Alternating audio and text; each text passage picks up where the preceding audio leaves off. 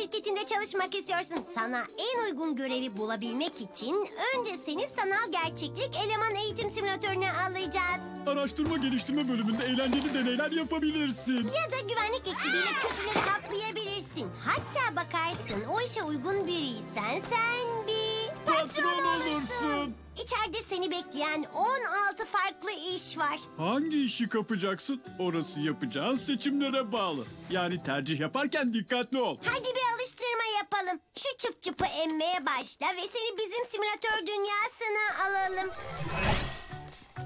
Burası bebek şirketine benziyor. Ama burası onun simülasyonu. Bu nedenle seçme gücü sende. Göstersene Stacy. Burada 2 gizemli yumruk var. Jimbo'ya birini seçtireceksin. Kim bilir içinde neler var. Hadi seni Jimbo'ya seçtir. Çok eğleneceğiz.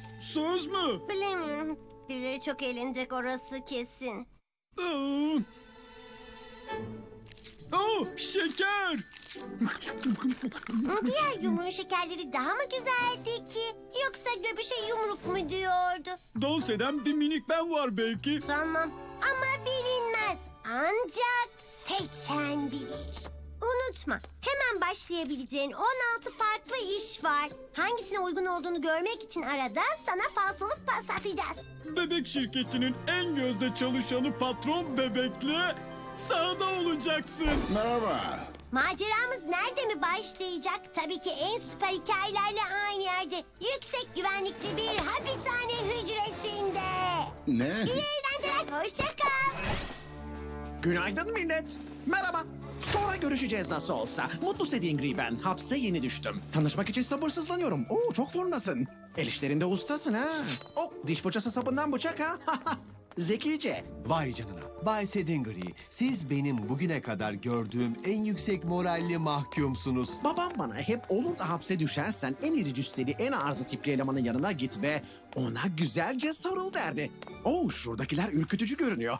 Sizi buldozerler sizi. Mapus damında şimdiden 2 kanki edindim bile. Buraya konuşan bir bebek yüzünden düştüğümü düşünüyorum da.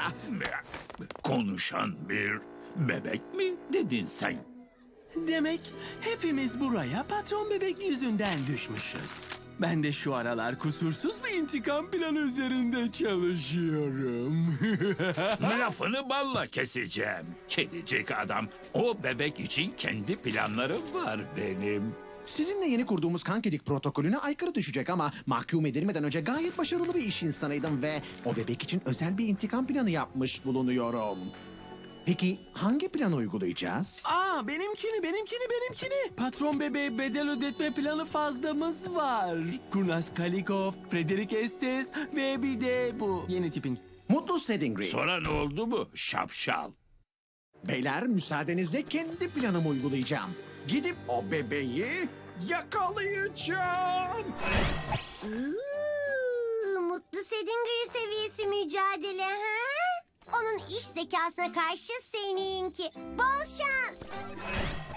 Bugün burada aileleri kuşaklar boyu bir araya getirmiş bir gelenek için toplandık.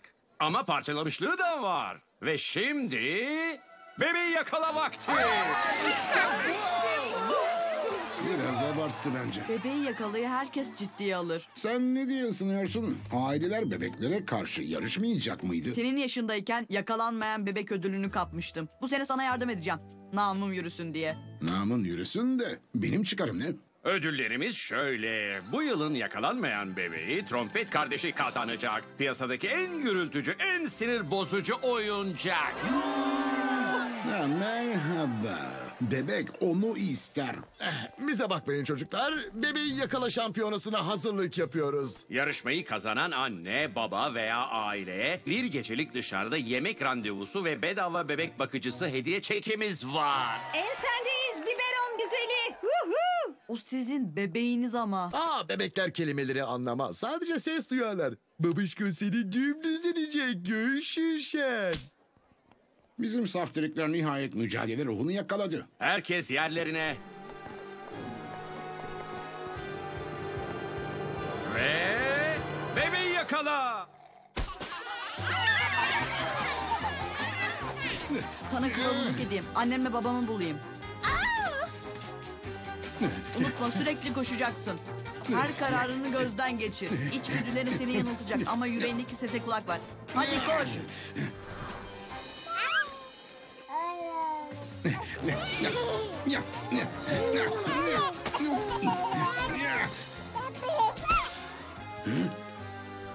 Karanlık tünel mi, açık alan mı? Annemle babam açık alanda değiller ama tabak gibi ortaya çıkarım. Ama yine de kim bilir o tünelde neler var. Templeton'ın kararlarına güvenme dedi ama... seç gitsin. Ben böyle kararsız biri değildim.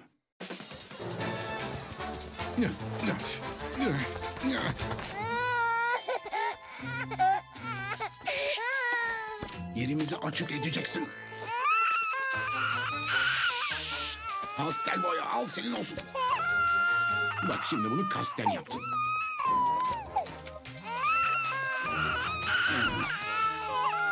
Alın tutun.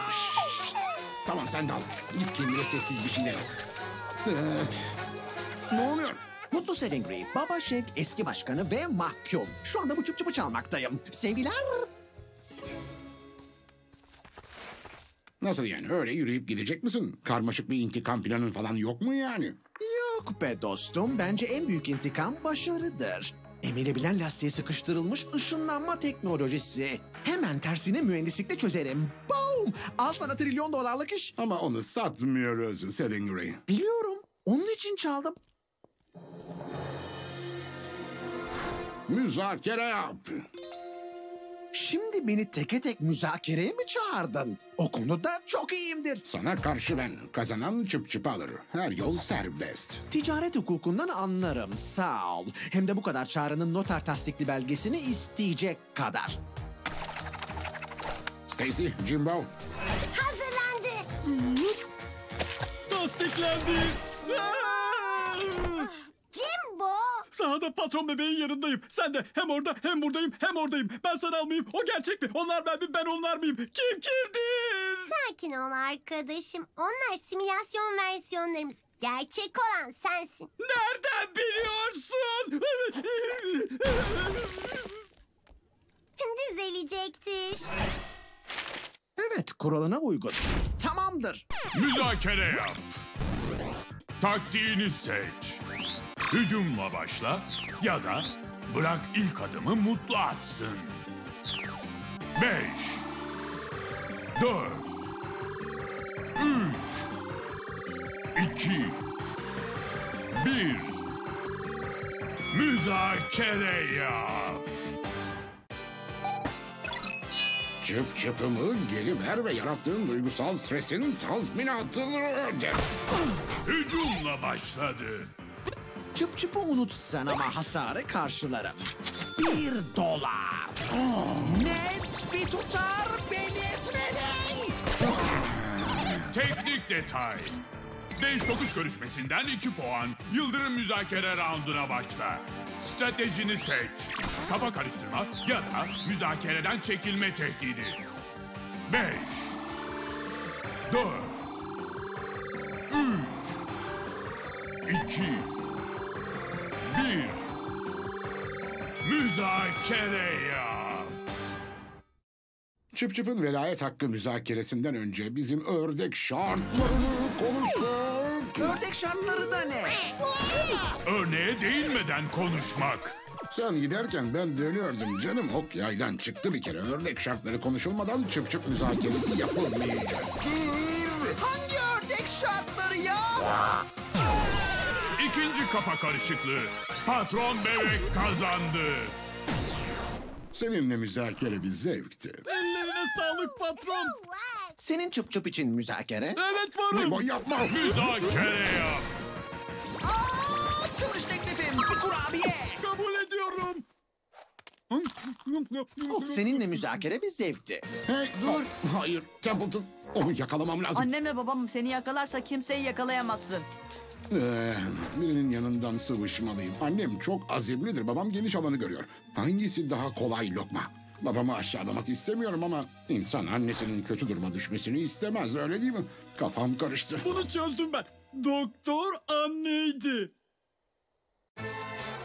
İşte benimki. Babişko seni kucaklayıp sevsin mi? Bir de turnuvayı kazansın mı? Bu çok önemli ya. Onu kıstırdık tatlım. Futbol Mike çuvalıcı mı? Zafer emekle. Affet beni İtalyan takımım. Ve zafer benim olamadı mı daha? Çabuk tut kaçmasın. Affet beni İtalyan dedim. Çıplak bebek gücüyle hamle.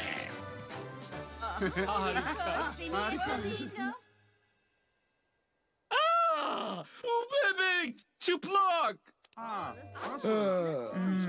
Bizimki değil mi? En azından çığlıkları takip ederek bulabileceğiz. Bebeği yakaladım. Ve kazanan ailemiz. Lütfen bu bedava randevu gecesi hediye çekini kabul buyurun. Bedava yemek. Bedava bebek bakıcısı. Bu da sana kapak olsun bebek. Yüze fena vuruyorlar.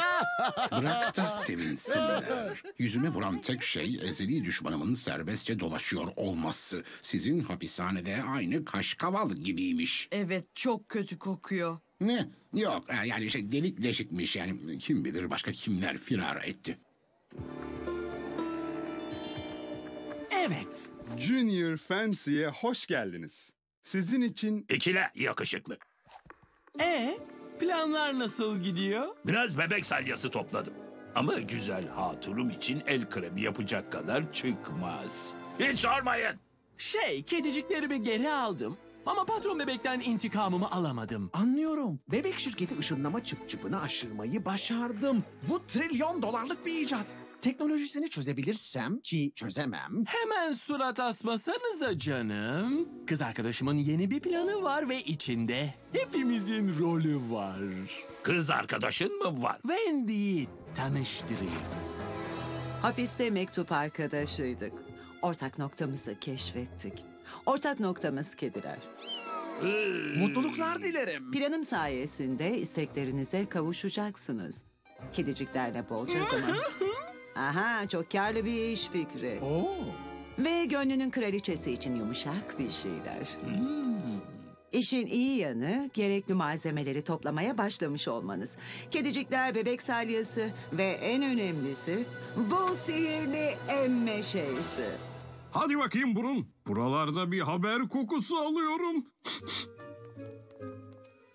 Çocuk giyim mağazasında firari mahkumlar ha. Al sana haber yavrum. Ne yazık ki mahkumlar polis olay yerine ulaşamadan kaçtı. Hala bulunamadılar. Yoksa size mi geliyorlar? Olabilir. 4 ezeli düşman intikam için mi dönmüş? Hemen bebek şirketine gitmeliyiz çabuk. Hadi. Kötü adamlar. Onları izlediğimizi görmüş olmalılar. Televizyon öyle çalışmıyor. İyi akşamlar. Gönüllü bebek bakıcınız benim. Kazandığınız randevu gecesinde rahat edin diye geldim. Merhaba Marisol. Bu akşam gelmen sürpriz oldu. Başka bir güne... Uslu çocuk olun.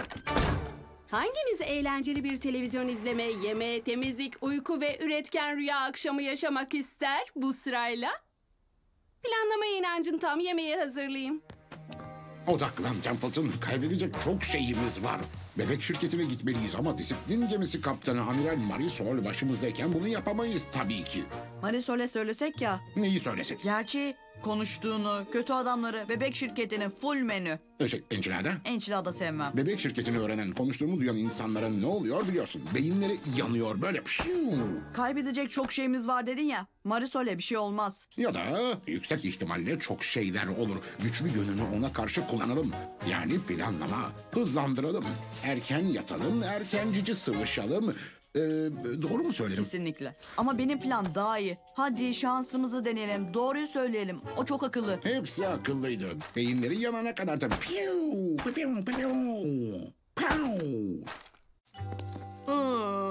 Hey Marisol. Diğer aktiviteler gerçekten harika. Ama biz çok yorulduk. Erkenden yatsak mı biz?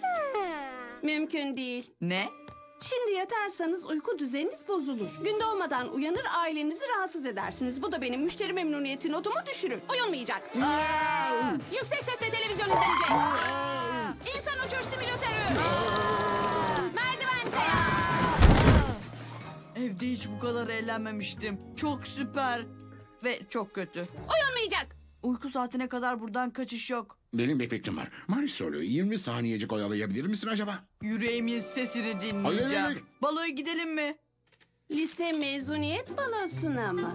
Liseye gittiğinde mi? Güzel soru. Başka şeylerden bahsedelim. Ne hazırlıyorsun? Vitamin için marul ve domates. Hemen enerjiye dönüşen mısır gevreği. Bir porsiyon seni ve kardeşini uyku saatine kadar idare eder. O zaman niye uyku saatinde hazırlıyorsun? Ay inanmıyorum, vakit nasıl da geçmiş. Canlanın çocuklar. Çocuklar. Bizimkilere rağmen Jimbo, Stacy, Ramel, duyuyor Ardan musunuz? Nicole, Futbol Mike, Öküzler. Sebastian adındaki kişiler. Kötü adamların oyununa geldik. Bütün ofis öyle uykusuna yatırılmış. Onları kurtarmalıyız. Onları bulmamız gerek. Bence önce ezeli düşmanlarımızın pis inlerine bakalım. Ama tabii hangi birine? Affedersiniz, hızlıca not geçeyim. Simülasyonun bu bölümü biraz farklı. Bulmaca vakti. Problem çözme yeteneklerini değerlendireceğiz. Her kötü adamın ininde karşına çıkan bulmacayı çözmen gerekiyor. Doğru bilirsen bebek şirketindeki dostlarının yerini öğreneceksin. Simülasyon halimizin de. Bilemezsen başka ipucu bulman gerek. Simülasyon halimizi kurtar. Normal halimizi hiç sorun yok. Yok, sorun büyük.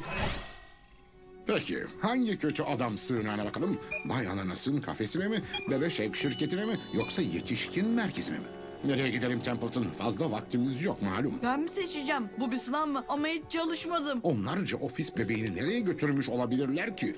Beni en iyi nerede tuzağa düşürebilirler düşün.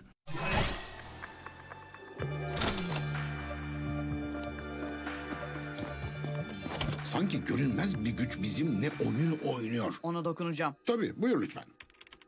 Pepe Penguen bu bardağın altında. Gözünü ayırma ve Pepe soluğu nerede alacak bul. Hazır mısın?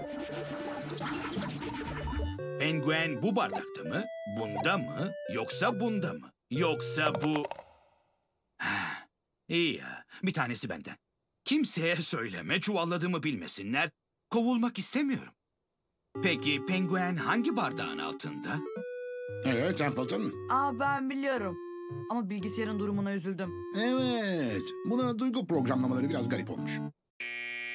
Üzgünüm. Maalesef bu soruyu bilemedim. Tüh ya. Dert etme. Daha araştırma yapabileceğimiz 2 kötü adam ini daha var. Bay Ananas'ın kafesine mi gidelim, yetişkin merkezine mi? Evet, bulmaca benim işim ama asıl merakım zorluk derecesine göre yemek tarifi sıralamaktır. 1. Kızarmış ekmek. Ekmeği tost makinesine yerleştir, çalıştır. 2. Sütlü mısır gevreği. Gevreği kaseye... Bilgisayar. Gideceğimiz yeri seçmeye çalışıyoruz. Özür dilemeye programlanmadım.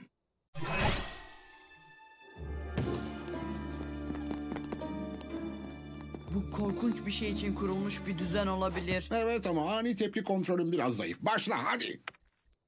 Bulmacayı çöz, kötü adamın saklandığı yeri bul. Bu kediciklerden biri kanepeyi parçaladı. İkisi yalan söyleyecek. Sadece biri doğru cevap verecek. Parçalayan kediyi bulabilir misin? Miyav, ben yapmadım. Mavi kedi yaptı. Kanepeyi ben parçaladım. Pişman değilim. Kırmızı kedi yaptı, gördüm.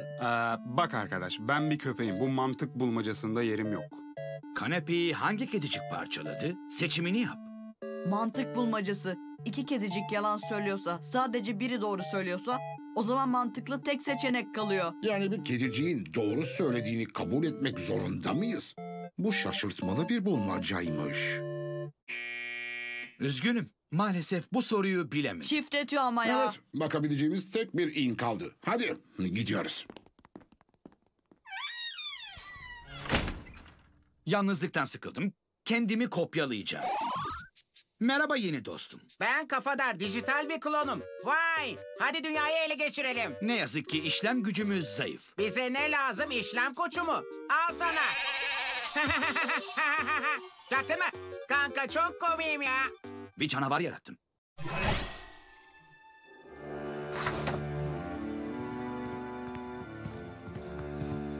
Vay vay vay, bu da ne böyle? Bulmacayı çöz, kötü adamın saklandığı yeri bul. Bu 4 piyano öğrencisi Beethoven'ın 5. senfonisinin giriş melodisini öğreniyor. Hangi öğrenci doğru notayı çalıyor? Seçimini yap.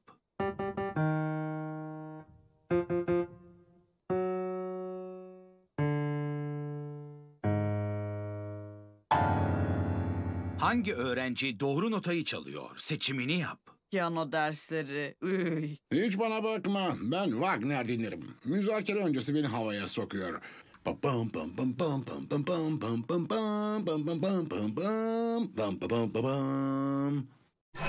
Merhaba, bulmacalar biraz yordu galiba ha? Devam etmek istersen seni simülasyonda sonraki aşamaya atlatabiliriz. Şehir dışındaki eski tekstil fabrikasına. Yaşa! Ama önemli bir nokta var. Aşay! Yaşayı geri aldım. Bulmacalardan birini çözersen çok özel bir iş seçeneklerine katılacak. O iş neymiş şansını denemek için bulmaca simülasyonunu sıfırlayabilirsin. Başa dönüp şansını yeni baştan denersin. Ya bu aşamayı atla ya da Bay Ananas'ın kafesine, yetişkin merkezine veya Bebe Şef şirketine giderek bulmacaya bir şans daha ver. Kararına saygılıyız. Saygısız olan o makineydi. Bak bu çok ciddi ve tehlikeli bir durum. Ama terk edilmiş fabrika, her şey var. Paslı ürün bandı, kırık camlar. Kabuslardan bile korkunç bir iş düzeni bu.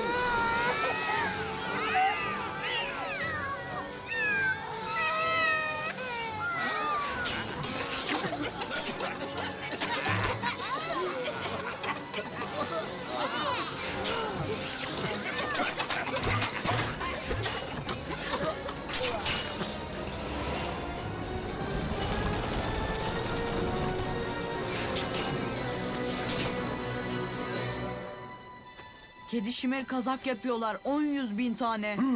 Bebek salyası kaşmirden de yumuşak yapmış. Büyük servet yapacaklar. Hadi.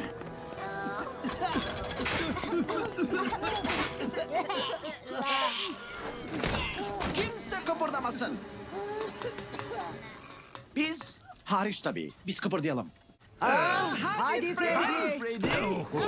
Kahrolası merdivenler. Geliyorlar.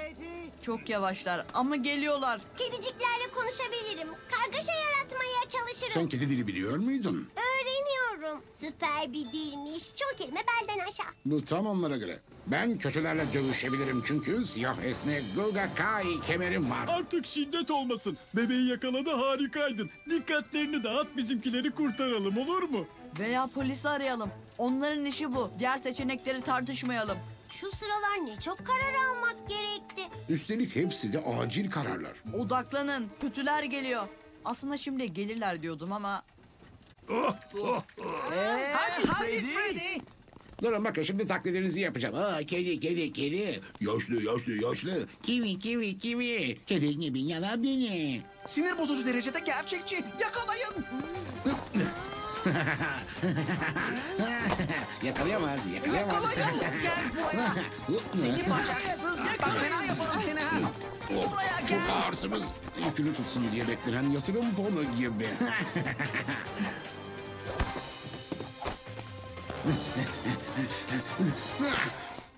Çıkmaz mı? Şu çıkmaz işini icat edeni bir bulursam eğer. Ne hoş. Çıkmaza girdin. Abimin icadı. Reginald. Bunlardan servet yaptı. Aslında garip tabii. Çünkü evin başarı hikayesi bendim. Sonra işlerimi mahvettin. Daha beteri Reginald beni hapisteyken aradı. Doğum günümde. Bana dedi ki... Çıkmaza giren kimmiş ha? Reginald beni kastediyordu. Kişisel olarak sana gıcığım. Profesyonel olarak seni anlıyorum. Biz endüstri devleriyiz. Kazanmak için varız. Kesinlikle katılıyorum. Yardım eder misin? Nasıl bir yardım? Kazanmam gerek. İş zekamı yeniden işler hale getir. Yardım edecek misin, etmeyecek misin? Şu işe bak. Hem kazanmak istiyorum hem de oradan buradan iş bağlıyorum. Bu çıkmaz duvarı yıkmak için bir balyozum olacaktı ki... Her yol bir yere çıkmalı Reginald. Yardım etmek isterim. Şikayet etmiyorum da. Arada bir havalandırma şart.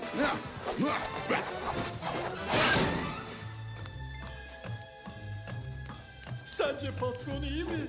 En kötüyü düşünelim. Hayat devam ediyor. BB de böyle olmasını isterdi. Ben asıl lezzetli bir biftek istiyorum. Çok geç kaldık. Hayalet bebek olmuş. Ben bifteğim de hedeflerim gibi olsun isterim. Az pişmiş yani. Patron! Yanık lafı daha anlamlı olurdu. Kötü esprinle güzel bir büfteyi rezil etme olur mu? Diğerleri nasıl mı? Özgür ve yardıma hazır. Onları duydum. Bu tarafta. Buradan çıkmalıyız. Artık kaçmak yok. Bu kez karşı koyacağız. Malzeme kontrolü. Ceplerinizi, bezlerinizi boşaltın. Bir kalem, 4 çıngırak ve bir biberon mu? Bu mu yani? Bunlar arasından mı seçeceğim? Kusura bakma bebiş. Bugün favori kötü adam haklama silahını al. Çünkü kaçırılıp eski fabrikadan bozma bir yerden kaçma günüymüş. Bilmiyordum. Bilsem samuray kılıcımla gelirdim. Kedi ne getirmiş bak sen. Poker surat, sen bizimkileri götür buradan. Saha ekibi halleder. Patronu duydunuz. Herkes dışarı. Beni takip edin. Hey, nereye kayboldun seni minik jimnastikçi? Çıngırağı varsa bebektir.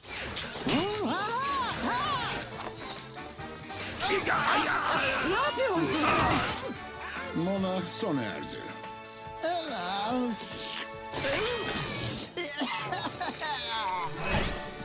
O kötüleri ustalıkla hakladın. Bravo! Saha ekibine hoş geldin. Yeni saha ekibi elemanı mı geldi? Harika. Aradığımız bütün özellikler sende var. Saha ekibinde bir arkadaşa daha ihtiyaç vardı zaten. Taze kan lazımdı. İyi anlamda. Yoksa vampir değilim. Öyle miyim? Dişlerim çıkınca anlarız nasıl olsa. Hadi kutlayalım. İtiş kakış seven saha ekibi bebeği. İş senindir. Tebrik ediyorum. Aramıza hoş geldin. Bundan iyi bir iş olabilir mi? Benimki hariç tabii. Benimkine de talip olabilirsin bu arada. Bildiğin gibi simülatörde seni bekleyen tamına 16 farklı iş var. İstersen geri alıp son tercihini değiştir. Nereye götürecek bak. Ya da tüm simülasyonu baştan başlat ve istediğin yere git. Selam sana. Herkese selam. Yeni eleman geldi. Çevir dans et oynayan.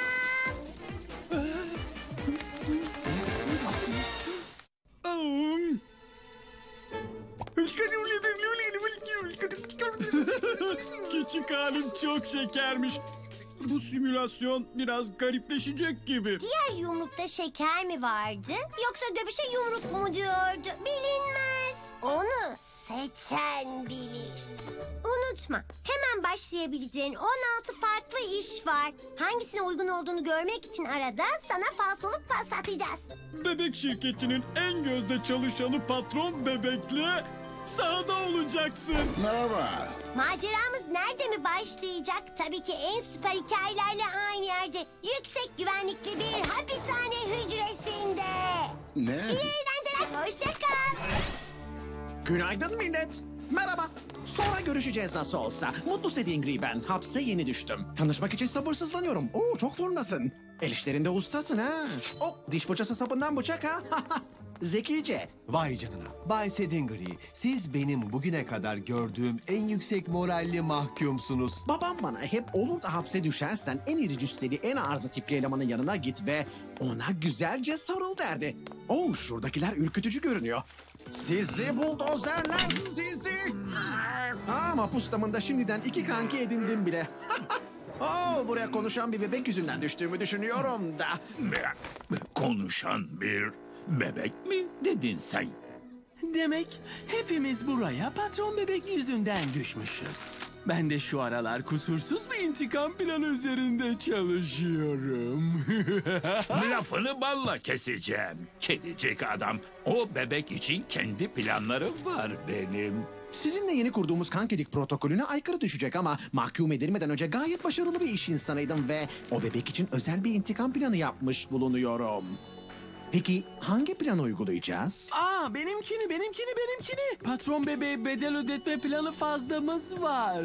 Kurnaz Kalikov, Frederick Estes ve bir de bu yeni tipin. Mutlu Sedingri. Soran oldu mu şapşal? Haberiniz olsun, kendi planımla yürüyeceğim. O bebeği yakalamak için sabırsızlanıyor. Frederick Estes zorluk derecesini seçtin demek. İhtiyarlar çok inatçı olur ve koparlar. Bol şans. Bugün burada aileleri kuşaklar boyu bir araya getirmiş bir gelenek için toplandık. Ama parçalamışlığı da var. Ve şimdi bebeği yakala vakti. Biraz abarttı bence. Bebeği yakalayı herkes ciddiye alır. Sen ne diyorsun Ersun? Aileler bebeklere karşı yarışmayacak mıydı? Senin yaşındayken yakalanmayan bebek ödülünü kapmıştım. Bu sene sana yardım edeceğim. Namım yürüsün diye. Namın yürüsün de benim çıkarım ne? Ödüllerimiz şöyle. Bu yılın yakalanmayan bebeği trompet kardeşi kazanacak. Piyasadaki en gürültücü, en sinir bozucu oyuncak. Ha, merhaba. Bebek onu ister. Bize bakmayın çocuklar. Bebeği yakala şampiyonasına hazırlık yapıyoruz. Yarışmayı kazanan anne, baba veya aileye bir gecelik dışarıda yemek randevusu ve bedava bebek bakıcısı hediye çekimiz var. Ensendeyiz biberon güzeli. Huhu. O sizin bebeğiniz ama. Bebekler kelimeleri anlamaz. Sadece ses duyarlar. Babişko seni dümdüz edecek göğüşüşen. Bizim saftirikler nihayet mücadele ruhunu yakaladı. Herkes yerlerine. Ve bebeği yakala. Sana kılavuzluk edeyim. Annemle babamı bulayım. Unutma sürekli koşacaksın. Her kararını gözden geçir. İçgüdülerin seni yanıltacak ama yüreğindeki sese kulak ver. Hadi koş.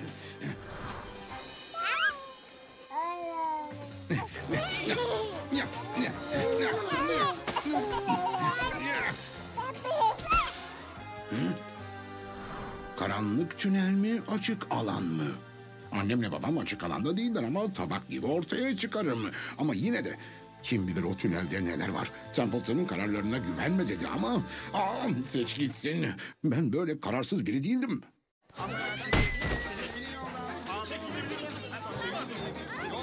Dikkat çekme bebe. Hemen bir strateji. Yoksa bu... Lavanta, huzur ve sükunun kokusu. Estes. Hadi uykunun kucağına doğru ilerle bakalım. Neyin peşindesin? Bak o sana kalmış. Ödülümse senin şu salyan.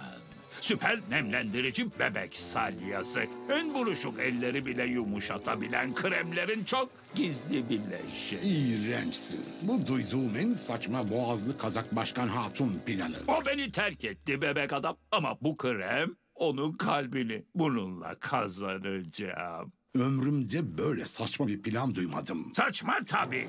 Boğazlı kazağın farkı bu. Hem güzel hem de zeki. Ben ödleğin teki. İşkencen nasıl olsun bebişko? Diş fırçası mı?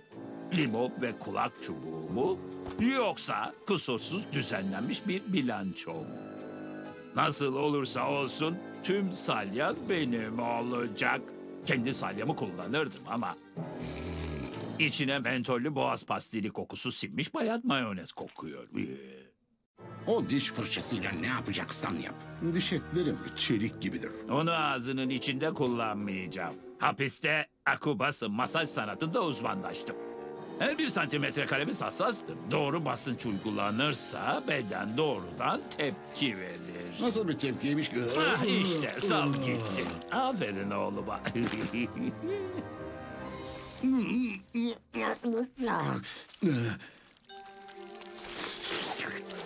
Islak melekler çok kaygandır.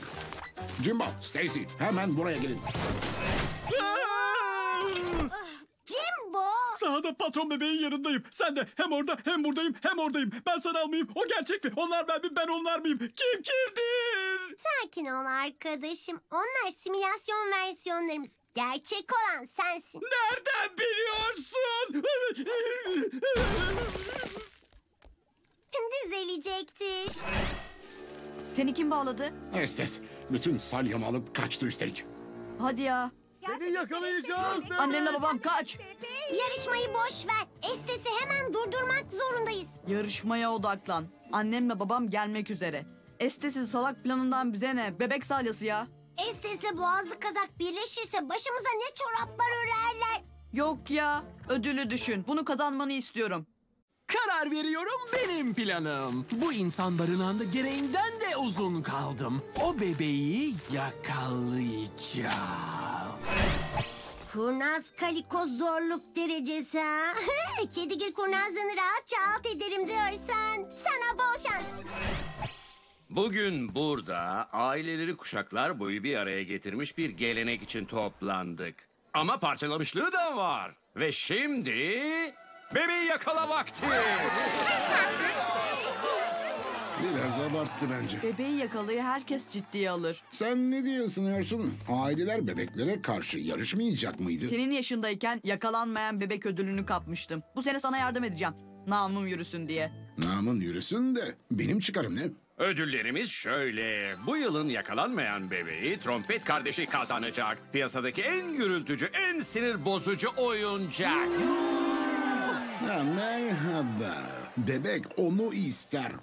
Bize bakmayın çocuklar. Bebeği yakala şampiyonasına hazırlık yapıyoruz. Yarışmayı kazanan anne, baba veya aileye bir gecelik dışarıda yemek randevusu ve bedava bebek bakıcısı hediye çekimiz var. Ensendeyiz biberon güzeli. Huhu! O sizin bebeğiniz ama.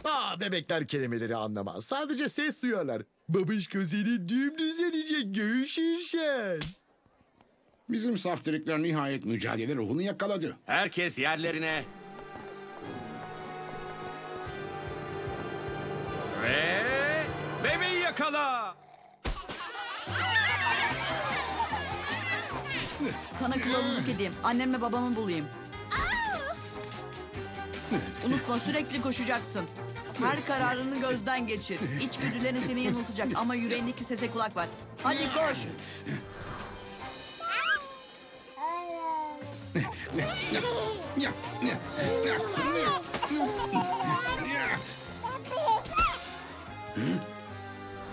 Karanlık tünel mi, açık alan mı?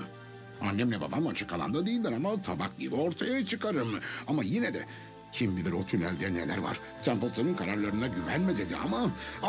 seç gitsin. Ben böyle kararsız biri değildim.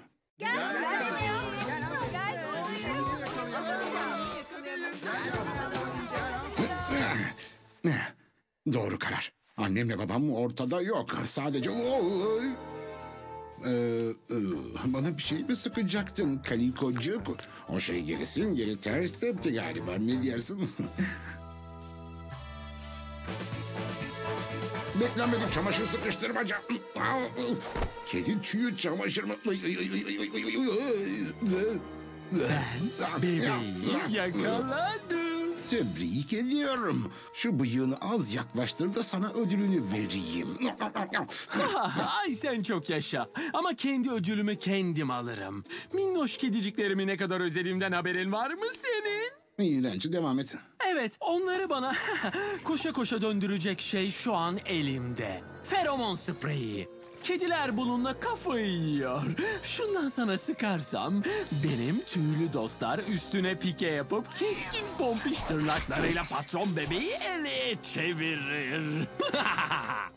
Korkunç derecede iyi düşünülmüş bir plan. Abim arkamda olmasa işe yarardı tabii ki hatta.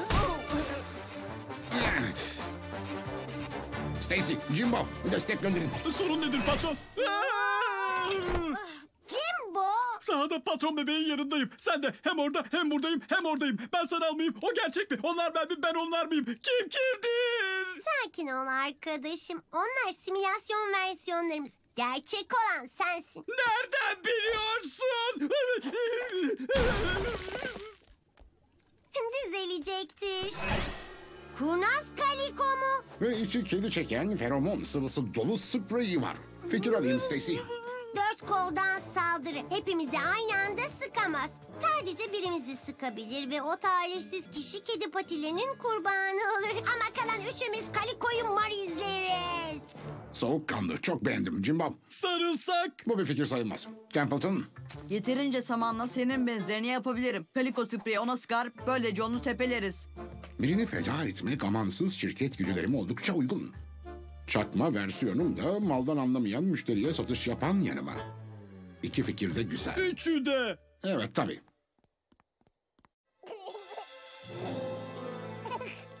Vay vay vay. Bak sen konuşan kedi ne getirmiş? Konuşan öbür bebek. Ben şeyi arıyorum da. Dört koldan saldırı!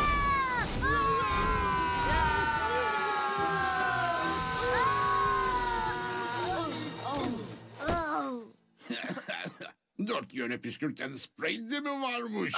Hapisteyken lüzumsuz icatlar yapmak için bolca vakit buldum. Tam vaktinde.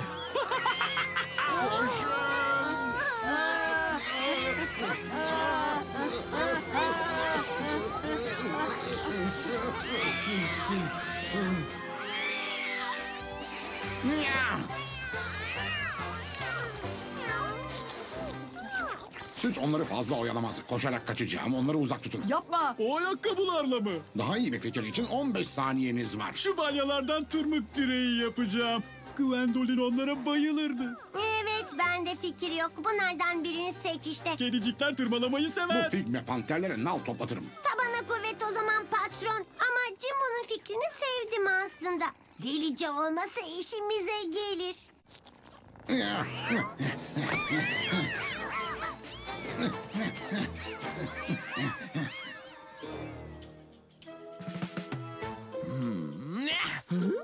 Kime bakmıştın canım? Kıyafetin nerede senin? Çıkardım. Seni oyalamak için. Kediciklerim döndünüz. Şimdi şu bebeği yakalayın.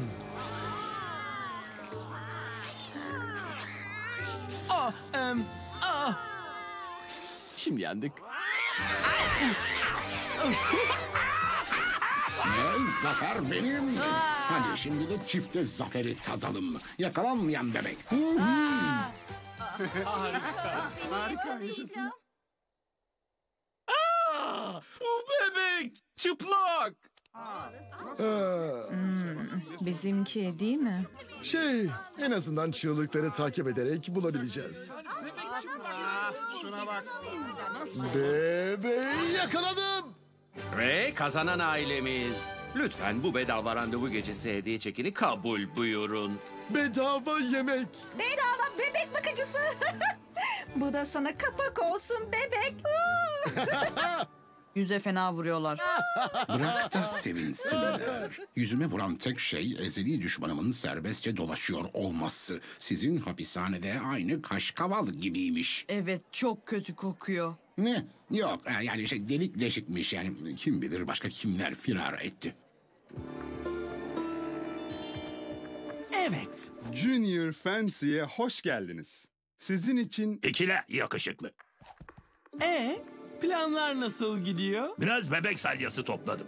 Ama güzel hatunum için el kremi yapacak kadar çıkmaz. Hiç sormayın. Kediciklerimi geri aldım. Ama patron bebekten intikamımı alamadım. Anlıyorum. Bebek şirketi ışınlama çıpçıpını aşırmayı başardım. Bu $1 trilyon bir icat. Teknolojisini çözebilirsem ki çözemem. Hemen surat asmasanıza canım. Kız arkadaşımın yeni bir planı var ve içinde hepimizin rolü var. Kız arkadaşın mı var? Wendy'yi tanıştırayım. Hapiste mektup arkadaşıydık. Ortak noktamızı keşfettik. Ortak noktamız kediler.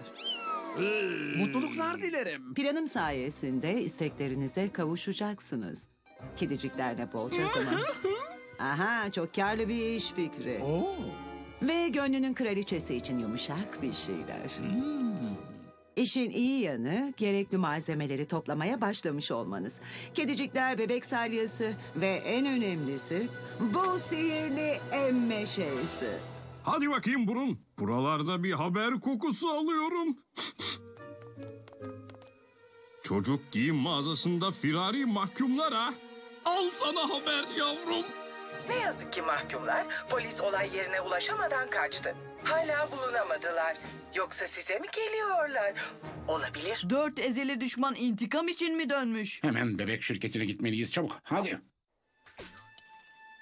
Paylaşmak ne güzel şey.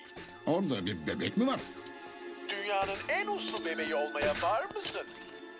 Ürperdim. Bebe şevk oyuncağıyla oynayan kaldı mı? Bir tane daha mı var? Nasıl o? Acil durum çağrısı. Mutlu Sedingri hapisten kaçmış. Oraya geliyorum. Selam.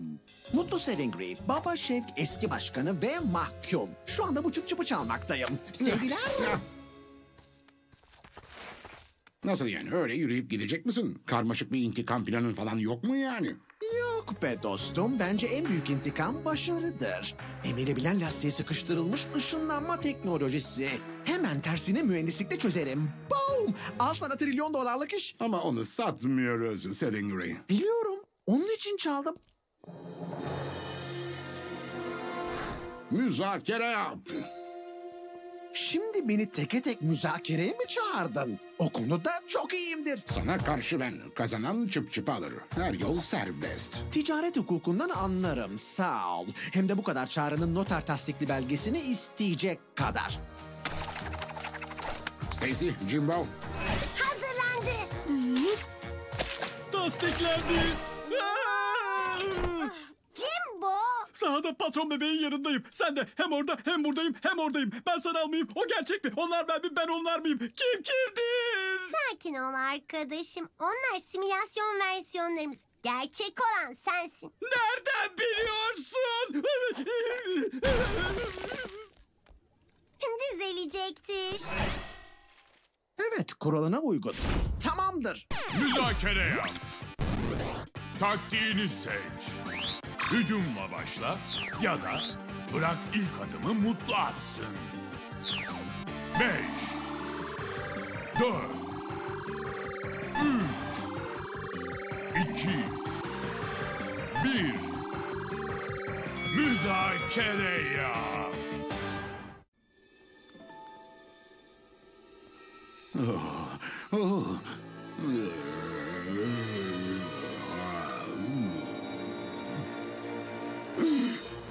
Merhaba Frederick. Merhaba konuşan bebek. Beni lezzetli atıştırmalıklarla kandırıp intikamını almak için kaçırmayı mı planlıyorsun? Büyük bir hata yapıyorsun. Oh. Şeker yüklemesi yapmış bir bebeği yakalayamazsın. Planın hala iyi gidiyor mu Freddy? Memnun musun? Memnun musun? Kesinlikle. Çünkü çok şeker yersen sonunda çakılırsın. Nasıl yani? Neden bahsediyorsun? Kim, ne zaman, nerede, nasıl, ne biçim? Neyin peşindesin? Bak o sana kalmış. Ödülümse senin şu salyan. Süper nemlendirici bebek salyası. En buruşuk elleri bile yumuşatabilen kremlerin çok gizli birleşi. İğrençsin. Bu duyduğum en saçma boğazlı kazak başkan hatun planı. O beni terk etti bebek adam. Ama bu krem onun kalbini bununla kazanacağım. Ömrümde böyle saçma bir plan duymadım. Saçma tabii. Boğazlı kazağın farkı bu. Hem güzel hem de zeki. Ben ötleyin teki. İşkencen nasıl olsun bebişko? Diş fırçası mı? Limon ve kulak çubuğu mu? Yoksa kusursuz düzenlenmiş bir bilanço mu? Nasıl olursa olsun tüm salyan benim olacak. Kendi salyamı kullanırdım ama... İçine mentollü boğaz pastili kokusu sinmiş bayat mayonez kokuyor. Mutlak karanlık. Anne ve babam öte tarafta mı? Öğrenmenin tek bir yolu var. Hey teyze ve Janice, sizin bebe bu tarafta galiba. Güzel. Merhaba akışkan karanlık. Günaydın sık istiflenmiş balyalar. Ne habersin kedi gözü sırıtkan şey nasıl? Ben bebeği yakaladım. Tebrik ediyorum. Şu bıyığını az yaklaştır da sana ödülünü vereyim. Ay sen çok yaşa. Ama kendi ödülümü kendim alırım. Minnoş kediciklerimi ne kadar özlediğimden haberin var mı senin? İğrenç, devam et. Evet, onları bana koşa koşa döndürecek şey şu an elimde. Feromon spreyi. Kediler bununla kafayı yiyor. Şundan sana sıkarsam benim tüylü dostlar üstüne pike yapıp keskin pompiş tırnaklarıyla patron bebeği ele çevirir. Korkunç derecede iyi düşünülmüş bir plan. Abim arkamda olmasa işe yarardı tabii Tim hatta. Stacy, Jimbo, destek gönderin. Sorun nedir patron? Jimbo! Sahada patron bebeğin yanındayım. Sen de hem orada hem buradayım hem oradayım. Ben sanal mıyım? O gerçek mi? Onlar ben mi? Ben onlar mıyım? Kim kimdir? Sakin ol arkadaşım. Onlar simülasyon versiyonlarımız. Gerçek olan sensin. Nereden biliyorsun? Düzelecektir. Kurnaz Kaliko mu? Ve içi kedi çeken feromon sıvısı dolu spreyi var. Fikir alayım Stacy. 4 koldan saldırı. Hepimizi aynı anda sıkamaz. Sadece birimizi sıkabilir ve o talihsiz kişi kedi patilerinin kurbanı olur. Ama kalan üçümüz Kaliko'yu mor izleriz. Soğukkanlı, çok beğendim Jimbo. Sarılsak? Bu bir fikir sayılmaz. Templeton.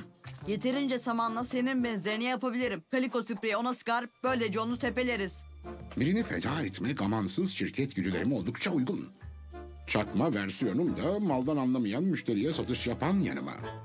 İki fikir de güzel. Üçü de. Evet tabii. Göz ucuyla da olsa o bilançoya bakmam lazım. Junior Fancy'nin mali defteri. Adamın maliye doktorası var. Ama çocuklara takım elbise satmayı tercih etmiş. Bu bir sanat eseri. Nakış gibi işlenmiş. Sakın salyanı yutayım deme. Bir saniye. Bu da ne böyle? Junior Fancy belediyenin küçük işletme kredisine geçen çeyrekte başvurduysa eğer dükkana çoktan nakit akışı sağlanmış Ama olmalıydı. bana ne? Salyanı sal. Affedersiniz Hı? yaşlı bey. Ben Junior Fancy. Benim bilançoyu iki farklı ses tonuyla yorumladığını duydum. Neden acaba? Bu bebeği de kim bağlamış? Oh. Ah. Küçük işletme kredisine bakayım. Bu nakit yardımı sayesinde dükkanımı özel üretim yapan seçkin bir butiğe dönüştürdüm. Gelecek çeyrek için tahmini vergi tutarımı iletiyorum. Bu bizim hapishane kaçaklarını geri kazanma gibi programlar için yeter de artar bile. Eller yukarı, herkes dışarı, hapishane kaçakları. Sadece kalzon yiyecektik. Bir de suç işleyecektik. Tüh, son kısmı söylemeseydim iyiydi. Vay ekip olmuşlar. Neyse ki taş koyduk. Hepsi başarılı muhasebe kayıtları sayesinde oldu. Senin hangi departman için yaratıldığın anlaşılıyor. Rapora gerek yok. Sen büyük defter muhasebesi ve karmaşık vergi düzenlemeleri için doğmuşsun. Muhasebe departmanı. Birisi defter ve salya mı dedi? Bana mı dedi? Muhasebeden değil ben. Çok komiksin patron. Bana patron deme. Değil de bana. Hatırlatayım. Bu simülasyonda seni bekleyen 16 iş var. Biraz geri gitmeni sağlarız ve son tercihini değiştirebilirsin. Ya da tüm simülasyonu sıfırlayıp her şeye baştan başlarsın. Dur, daha yeni başlıyorsun. Orada daha bir sürü güzel macera var. Hadi bakalım, denemeye devam. Cidden ama çıkar şu bıyığı. Ay, yerinden oynamadı. Çünkü muhasebeden değeri gerçek. Sana bir kuruş veririm. Daha fazla etmezsin zaten. Piyasa, teklif ve aşağılama. Şahsımın değerine parasal bir karşılık asla bulunamaz. Alışveriş dışıdır. Yüksek öz saygı değeri blok ve rebound. Açılış hamlesi başarılı. Karşı teklif stratejini seç. İltifat ya da arkadaşına danışma hakkı. 5 4 3 2 1 Müzakere yap. Bir teklifim olacak ama neyse boş ver. Senin kalitende bir iş adamına olur mu? Beni iyi tanırsın. Kıymetli vaktini harcamak istemem tabii. Olur mu? Söyle hadi. Ama hayır dersin. Hayır demeyeceğim, söz. Çöpü bana bedavaya ver. İltifattan sonra makul olmayan talep. Mutlu Sedingri müzakere gücü azaldı. Şimdi son adımını seç. Derinlemesine bir soru ya da iyilikle veya kötülükle. 5 4 3 2 1 müzakere. İyi misin dostum? Al hadi, senin olsun. İyilikle. Ay inanmıyorum. Sağ ol. Bana insan olarak değer verdiğini hissediyorum. Şey değil. Şimdi bana şu çıp çıpı ver yoksa o kalbi çaldı derim. Kötülükle. Bir dakika, hem iyilik hem de kötülük aynı hamlede kullanılamaz. Bu ancak 2 hamlede olur. Mantık dışı hamle. Yıldırım müzakere raunduna başla. Stratejini seç. Kafa karıştırma ya da müzakereden çekilme tehdidi. 5 4 3 2 1 Müzakere ya. Ne habersiniz bebişkolar? En hızlı seçenek. Jimbo sarıl. Yuhu! Çekil. Ne yapıyorsun? O benim bacağım be.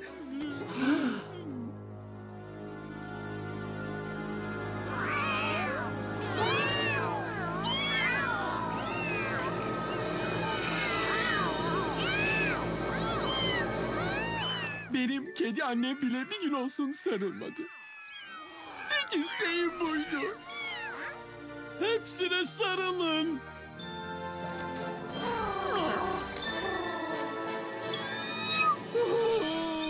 Gwendolyn, kalbimi kıran kedi. Seni affediyorum. Simülasyonla oynadın değil mi? İstediğim şeye inanmayı seçtim. Evet, insanlara duymak istedikleri tatlı yalanlar söylemekte usta olduğunu kanıtladın. Tebrik ederiz. Pazarlama departmanında çiple çalışacaksın. İkna edici bir tonda söylersen insanlar doğru yanlış her dediğine inanır. Sen bana güven. Kırtasiye malzemesi aşırmayan biriyim ben. Sakın unutma, kapılmayı bekleyen 16 farklı iş var. Bir tık geri gidip önceki seçimini değiştirebilirsin ya da her şeyi sıfırlayıp her şeye baştan başlarsın. Daha önce simülatörden biraz erken ayrılmıştın. Daha bir sürü güzellik var, devam ettirim. Çift bölmesine mini golf yerleştiriyor. Sana parmak tabancayla atmayı göstereyim. Dıkşın dıkşın. Tam senin işin. Hadi sene. Burası tam senlik. Kulak çubuğu ve o turunçgilleri ne yapacaksan yap hadi.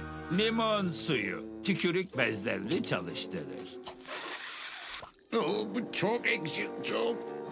Hayır, ağzımın için çölde kalmış gibi sanki. Sanki biri yangın musluğunu açıyor. Kremim için bir dolu salya.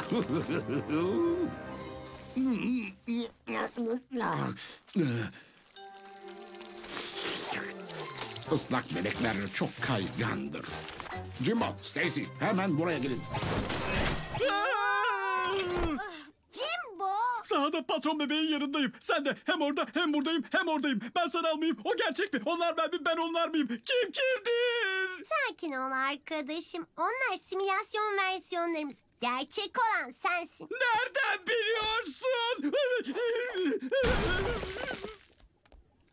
Düzelecektir. Seni kim bağladı? Estes, bütün salyamı alıp kaçtı üstelik. Hadi ya. Seni yakalayacağız. Annemle babam kaç. Yarışmayı boş ver. Estes'i hemen durdurmak zorundayız. Yarışmaya odaklan. Annemle babam gelmek üzere. Estes'in salak planından bize ne? Bebek salyası ya. Estes'le boğazlı kazak birleşirse başımıza ne çoraplar örerler. Yok ya. Ödülü düşün. Bunu kazanmanı istiyorum. Bezini çıkarmana hiç gerek yoktu ama. Gerçekçi olmadı Templeton. Popoyu göz ardı edersen illüzyon bozulur. Gel bebiş, bebiş, bebiş. Yakaladım. Ha?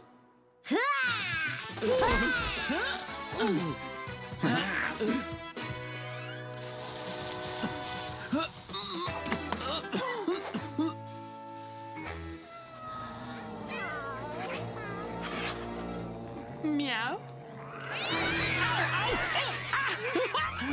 Kaliko ekarte. Şimdi yapılacak tek bir iş kaldı. Ses takmak mı? Bebeği yakala zaferi.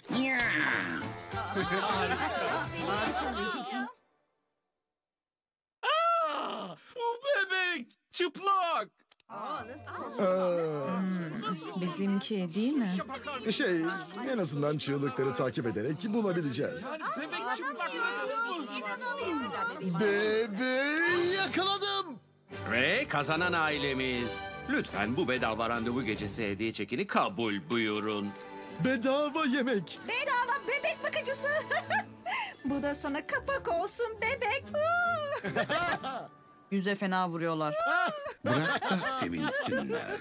Yüzüme vuran tek şey ezeli düşmanımın serbestçe dolaşıyor olması. Sizin hapishanede aynı kaşkaval gibiymiş. Evet, çok kötü kokuyor. Ne? Yok yani delik deşikmiş yani. Kim bilir başka kimler firar etti. Evet. Junior Fancy'ye hoş geldiniz. Sizin için... İkile yakışıklı. Planlar nasıl gidiyor? Biraz bebek salyası topladım. Ama güzel haturum için el kremi yapacak kadar çıkmaz. Hiç sormayın. Kediciklerimi geri aldım. Ama patron bebekten intikamımı alamadım. Anlıyorum. Bebek şirketi ışınlama çıpçıpını aşırmayı başardım. Bu $1 trilyon bir icat. Teknolojisini çözebilirsem ki çözemem. Hemen surat asmasanıza canım. Kız arkadaşımın yeni bir planı var ve içinde hepimizin rolü var. Kız arkadaşın mı var? Wendy'yi tanıştırayım. Hapiste mektup arkadaşıydık. Ortak noktamızı keşfettik. Ortak noktamız kediler. Mutluluklar dilerim. Planım sayesinde isteklerinize kavuşacaksınız. Kediciklerle bolca zaman. Aha, çok karlı bir iş fikri. Ve gönlünün kraliçesi için yumuşak bir şeyler. İşin iyi yanı gerekli malzemeleri toplamaya başlamış olmanız. Kedicikler, bebek salyası ve en önemlisi bu sihirli emme şeysi. Hadi bakayım burun. Buralarda bir haber kokusu alıyorum. Çocuk giyim mağazasında firari mahkumlar ha. Al sana haber yavrum. Ne yazık ki mahkumlar polis olay yerine ulaşamadan kaçtı. Hala bulunamadılar. Yoksa size mi geliyorlar? Olabilir. 4 ezeli düşman intikam için mi dönmüş? Hemen bebek şirketine gitmeliyiz çabuk. Hadi. Günaydın millet. Merhaba. Sonra görüşeceğiz nasıl olsa. Mutlu Sedingri ben. Hapse yeni düştüm. Tanışmak için sabırsızlanıyorum. Çok formdasın. El işlerinde ustasın ha. Diş fırçası sapından bıçak ha. Zekice. Vay canına. Bay Sedingri, siz benim bugüne kadar gördüğüm en yüksek moralli mahkumsunuz. Babam bana hep olur da hapse düşersen en iri cüsseli en arıza tipli elemanın yanına git ve ona güzelce sarıl derdi. Şuradakiler ürkütücü görünüyor. Sizi buldozerler sizi. Mahpus damında şimdiden 2 kanki edindim bile. Buraya konuşan bir bebek yüzünden düştüğümü düşünüyorum da. Konuşan bir bebek mi dedin sen? Demek hepimiz buraya patron bebek yüzünden düşmüşüz. Ben de şu aralar kusursuz bir intikam planı üzerinde çalışıyorum. Lafını balla keseceğim. Kedicik adam. O bebek için kendi planlarım var benim. Sizinle yeni kurduğumuz kankilik protokolüne aykırı düşecek ama mahkum edilmeden önce gayet başarılı bir iş insanıydım ve o bebek için özel bir intikam planı yapmış bulunuyorum. Peki hangi planı uygulayacağız? Benimkini. Patron bebeğe bedel ödetme planı fazlamız var. Kurnaz Kalikov, Frederick Estes ve bir de bu yeni tipin. Mutlu Sedingri. Sonra ne oldu bu şapşal? Bir tırmık direği yapıyorum. Kimse beni durduramaz.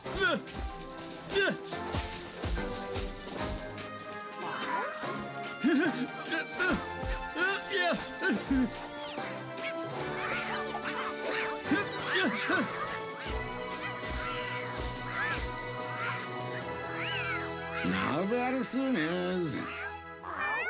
Görev başarıldı. Marie Cristo. Yakaladım. Nasıl yakaladım? Tim orada, Timmy! Templeton. Yardım et, bebeği yakalamada yine sona kalmayalım. Kardeşini görebiliyor musun? Hayır baba. Doğrusunu istersen an itibariyle kardeşimi göremiyorum. İşte bebeği yakaladım. Yakalanmamış başka bebekler de vardır, değil mi? Yakalanmayan bebek Templeton'ların bebeği oldu. Sen de trompet kardeşi kazandın. Lütfen ailelerin sinirini zıplatma. Şampiyonluk unvanı Templeton kardeşlerde kaldı. Kazanmayısı güzel. Hapishane sisteminin kağıt ara bezi dayanıklılığında olduğunu bilmek kötü tabii. Ezeli düşmanımız deliğinden hamam böceği gibi kaçtı. Hamam böcekleri için ne derler? Kafası olmadan bir hafta yaşayabilir. Ne? Hayır yani şey... Nefesini 90 dakika tutabilir. Hamam böceğini anlatma bana. Bir tane varsa daha fazlası da vardır. Evet. Junior Fancy'ye hoş geldiniz. Sizin için... İkile yakışıklı. Planlar nasıl gidiyor? Biraz bebek salyası topladım. Ama güzel hatunum için el kremi yapacak kadar çıkmaz. Hiç sormayın. Kediciklerimi geri aldım. Ama patron bebekten intikamımı alamadım. Anlıyorum. Bebek şirketi ışınlama çıp çıpını aşırmayı başardım. Bu trilyon dolarlık bir icat. Teknolojisini çözebilirsem ki çözemem. Hemen surat asmasanıza canım. Kız arkadaşımın yeni bir planı var ve içinde hepimizin rolü var. Kız arkadaşın mı var? Wendy'yi tanıştırayım. Hapiste mektup arkadaşıydık. Ortak noktamızı keşfettik. Ortak noktamız kediler. Mutluluklar dilerim. Planım sayesinde isteklerinize kavuşacaksınız.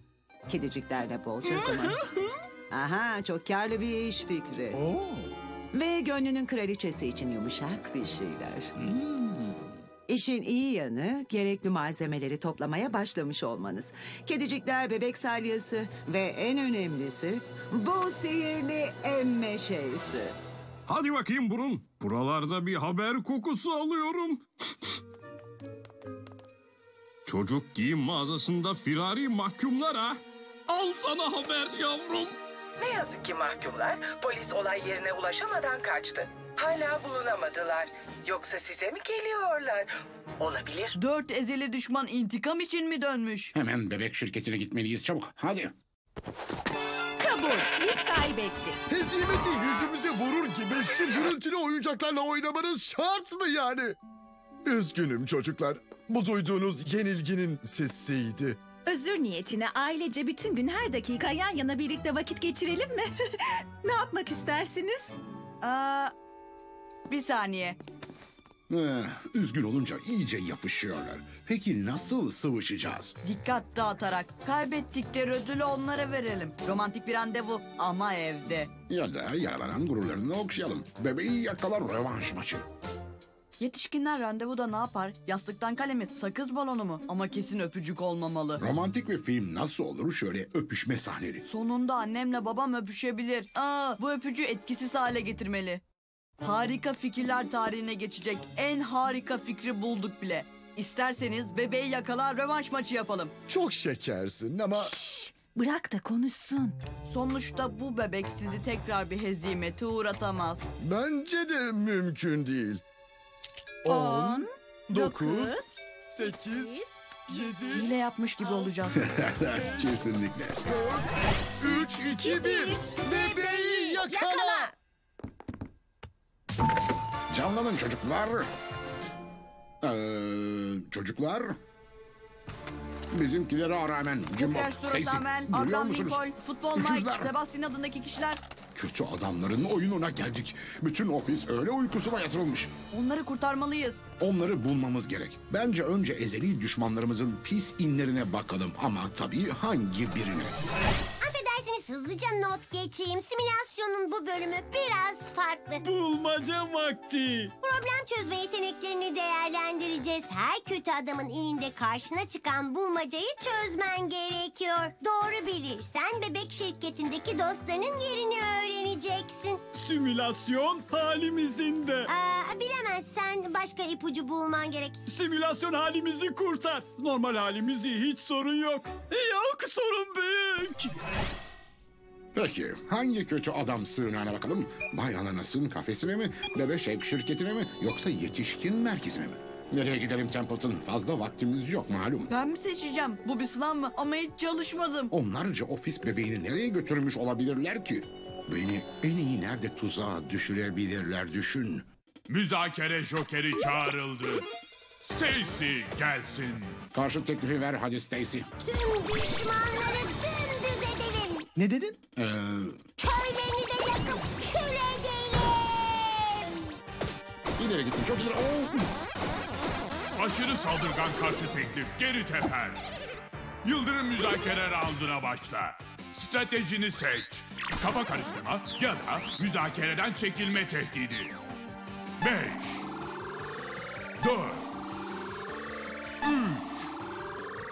3 2 1 Müzakere yap. Hestes'in kaçmasına engel olacağız. Fikirleri alayım. Kanun namına dur. Ona söylesek ya. Hep atlatıyor ya. Hadi.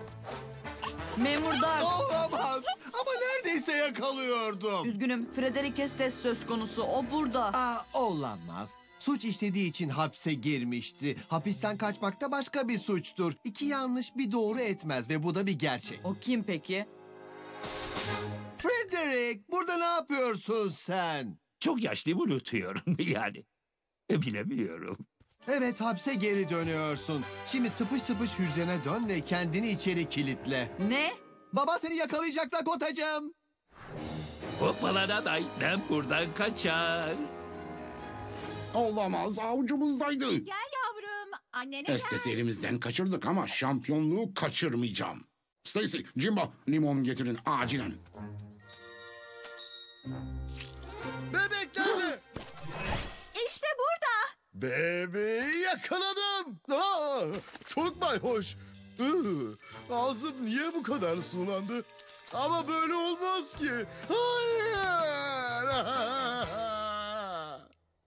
Yakalanmayan bebek Stapleton'ların bebeği oldu. Sen de trompet kardeşi kazandın. Lütfen ailelerin sinirini zıplatma. Şampiyonluk unvanı Templeton kardeşlerde kaldı. Kazanma hissi güzel. Hapishane sisteminin kağıt ara bezi dayanıklılığında olduğunu bilmek kötü tabii. Ezeli düşmanımız deliğinden hamam böceği gibi kaçtı. Hamam böcekleri için ne derler? Kafası olmadan bir hafta yaşayabilir. Ne? Hayır yani şey... Nefesini 90 dakika tutabilir. Hamam böceğini anlatma bana. Bir tane varsa daha fazlası da vardır. Evet. Junior Fancy'ye hoş geldiniz. Sizin için... İkile yakışıklı. Planlar nasıl gidiyor? Biraz bebek salyası topladım. Ama güzel hatırım için el kremi yapacak kadar çıkmaz. Hiç sormayın. Kediciklerimi geri aldım. Ama patron bebekten intikamımı alamadım. Anlıyorum. Bebek şirketi ışınlama çıpçıpını aşırmayı başardım. Bu $1 trilyon bir icat. Teknolojisini çözebilirsem ki çözemem. Hemen surat asmasanıza canım. Kız arkadaşımın yeni bir planı var ve içinde hepimizin rolü var. Kız arkadaşın mı var? Wendy'yi tanıştırayım. Hapiste mektup arkadaşıydık. Ortak noktamızı keşfettik. Ortak noktamız kediler. Mutluluklar dilerim. Planım sayesinde isteklerinize kavuşacaksınız. Kediciklerle bolca zaman. Aha, çok karlı bir iş fikri. Ve gönlünün kraliçesi için yumuşak bir şeyler. İşin iyi yanı gerekli malzemeleri toplamaya başlamış olmanız. Kedicikler, bebek salyası ve en önemlisi bu sihirli emme şeysi. Hadi bakayım burun. Buralarda bir haber kokusu alıyorum. Çocuk giyim mağazasında firari mahkumlara. Al sana haber yavrum. Ne yazık ki mahkumlar polis olay yerine ulaşamadan kaçtı. Hala bulunamadılar. Yoksa size mi geliyorlar? Olabilir. 4 ezeli düşman intikam için mi dönmüş? Hemen bebek şirketine gitmeliyiz çabuk. Hadi. Bu müzakereden bir sonuç çıkmaz. Teklifimi kabul et yoksa ben gidiyorum. Peki olur. Ne? Çıp çıp zaten bende. Sen gidersen bende kalır. Elinde koz yok. Boş tehdit. Benim şartları kabul et bakalım. Ve ben bunu amirime sormalıyım. Senin amirin yok ki. İkinci boş tehdit. Mutlu Sedingri kazandı. O zaman kazancımı alıp gideyim ha. Onay beklemiyorum. Bunu tamam sayıyorum. Hoşça kalın. Seni müzakereyle soydu soğana çevirdi. Hiç bu kadar rahat hissetmedim ve utanmadım. Baksana annemi gördüm. Sen niye çıplaksın? Uzun hikaye. Onu göremiyor musun? Yaklaşıyorlar. Bu oyun devam ettiği sürece Mutlu'yu yakalayamam. Önce şu oyunu kazanmam gerek, anlaşıldı mı? Durun, Mutlu burada mı? Endişelenme, o işi çıplak bebeğe bırak. Harika. Yaşasın. Bu bebek çıplak. Bizimki değil mi? En azından çığlıkları takip ederek bulabileceğiz. Bebek çıplak. Bebeği yakaladım. Ve kazanan ailemiz. Lütfen bu bedava randevu gecesi hediye çekini kabul buyurun. Bedava yemek. Bedava bebek bakıcısı. Bu da sana kapak olsun bebek. Yüze fena vuruyorlar. Bırak da sevinsinler. Yüzüme vuran tek şey ezeli düşmanımın serbestçe dolaşıyor olması. Sizin hapishanede aynı kaşkaval gibiymiş. Evet, çok kötü kokuyor. Ne? Yok yani delik deşikmiş yani. Kim bilir başka kimler firar etti. Evet. Junior Fancy'ye hoş geldiniz. Sizin için... İkile yakışıklı. Planlar nasıl gidiyor? Biraz bebek salyası topladım. Ama güzel hatunum için el kremi yapacak kadar çıkmaz. Hiç sormayın. Kediciklerimi geri aldım. Ama patron bebekten intikamımı alamadım. Anlıyorum. Bebek şirketi ışınlama çıpçıpını aşırmayı başardım. Bu $1 trilyon bir icat. Teknolojisini çözebilirsem ki çözemem. Hemen surat asmasanıza canım. Kız arkadaşımın yeni bir planı var ve içinde hepimizin rolü var. Kız arkadaşın mı var? Wendy'yi tanıştırayım. Hapiste mektup arkadaşıydık. Ortak noktamızı keşfettik. Ortak noktamız kediler. Mutluluklar dilerim. Planım sayesinde isteklerinize kavuşacaksınız. Kediciklerle bolca zaman. Aha, çok karlı bir iş fikri. Ve gönlünün kraliçesi için yumuşak bir şeyler. İşin iyi yanı gerekli malzemeleri toplamaya başlamış olmanız. Kedicikler, bebek salyası ve en önemlisi bu sihirli emme şeysi. Hadi bakayım burun. Buralarda bir haber kokusu alıyorum. Çocuk giyim mağazasında firari mahkumlar ha. Al sana haber yavrum. Ne yazık ki mahkumlar polis olay yerine ulaşamadan kaçtı. Hala bulunamadılar. Yoksa size mi geliyorlar? Olabilir. 4 ezeli düşman intikam için mi dönmüş? Hemen bebek şirketine gitmeliyiz çabuk. Hadi. Annemi seçiyorum. Biraz destek atsana. Bebeği yakalayacağım. Bisiklet alır mısın? Ne? Ted, şimdi sırası mı? Tabii ki. Beni okula tuba dersine arabayla götürmek, getirmek zorunda kalmayacaksın. Sen tuba çalmıyorsun. Hakikaten bunu niye şimdi konuşuyorsun? İşte yakaladım bebeği. Olamaz. Yakalanmayan bebek Stapleton'ların bebeği oldu. Sen de trompet kardeşi kazandın. Lütfen ailelerin sinirini zıplatma. Şampiyonluk unvanı Templeton kardeşlerde kaldı. Kazanma hissi güzel. Hapishane sisteminin kağıt ara bezi dayanıklılığında olduğunu bilmek kötü tabii. Ezeli düşmanımız deliğinden hamam böceği gibi kaçtı. Hamam böcekleri için ne derler? Kafası olmadan bir hafta yaşayabilir. Ne? Hayır yani Nefesini 90 dakika tutabilir. Hamam böceğini anlatma bana. Bir tane varsa daha fazlası da vardır. Evet. Junior Fancy'ye hoş geldiniz. Sizin için... İkile yakışıklı. Planlar nasıl gidiyor? Biraz bebek salyası topladım. Ama güzel hatunum için el kremi yapacak kadar çıkmaz. Hiç sormayın. Kediciklerimi geri aldım. Ama patron bebekten intikamımı alamadım. Anlıyorum. Bebek şirketi ışınlama çıpçıpını aşırmayı başardım. Bu $1 trilyon bir icat. Teknolojisini çözebilirsem ki çözemem. Hemen surat asmasanıza canım. Kız arkadaşımın yeni bir planı var ve içinde hepimizin rolü var. Kız arkadaşın mı var? Wendy'yi tanıştırayım. Hapiste mektup arkadaşıydık. Ortak noktamızı keşfettik. Ortak noktamız kediler.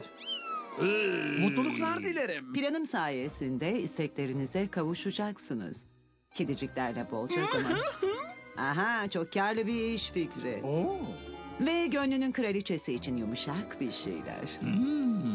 İşin iyi yanı gerekli malzemeleri toplamaya başlamış olmanız.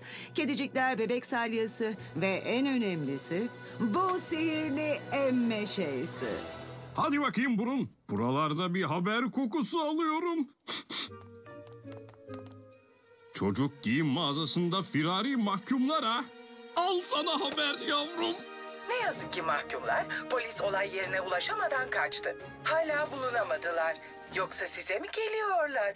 Olabilir. 4 ezeli düşman intikam için mi dönmüş? Hemen bebek şirketine gitmeliyiz çabuk. Hadi. Diş fırçası. Bana diş fırçası lazım. İşte orada. Hadi Salya. Giysileri nerede? Bu bir şaşırtmaca. Oralı olma.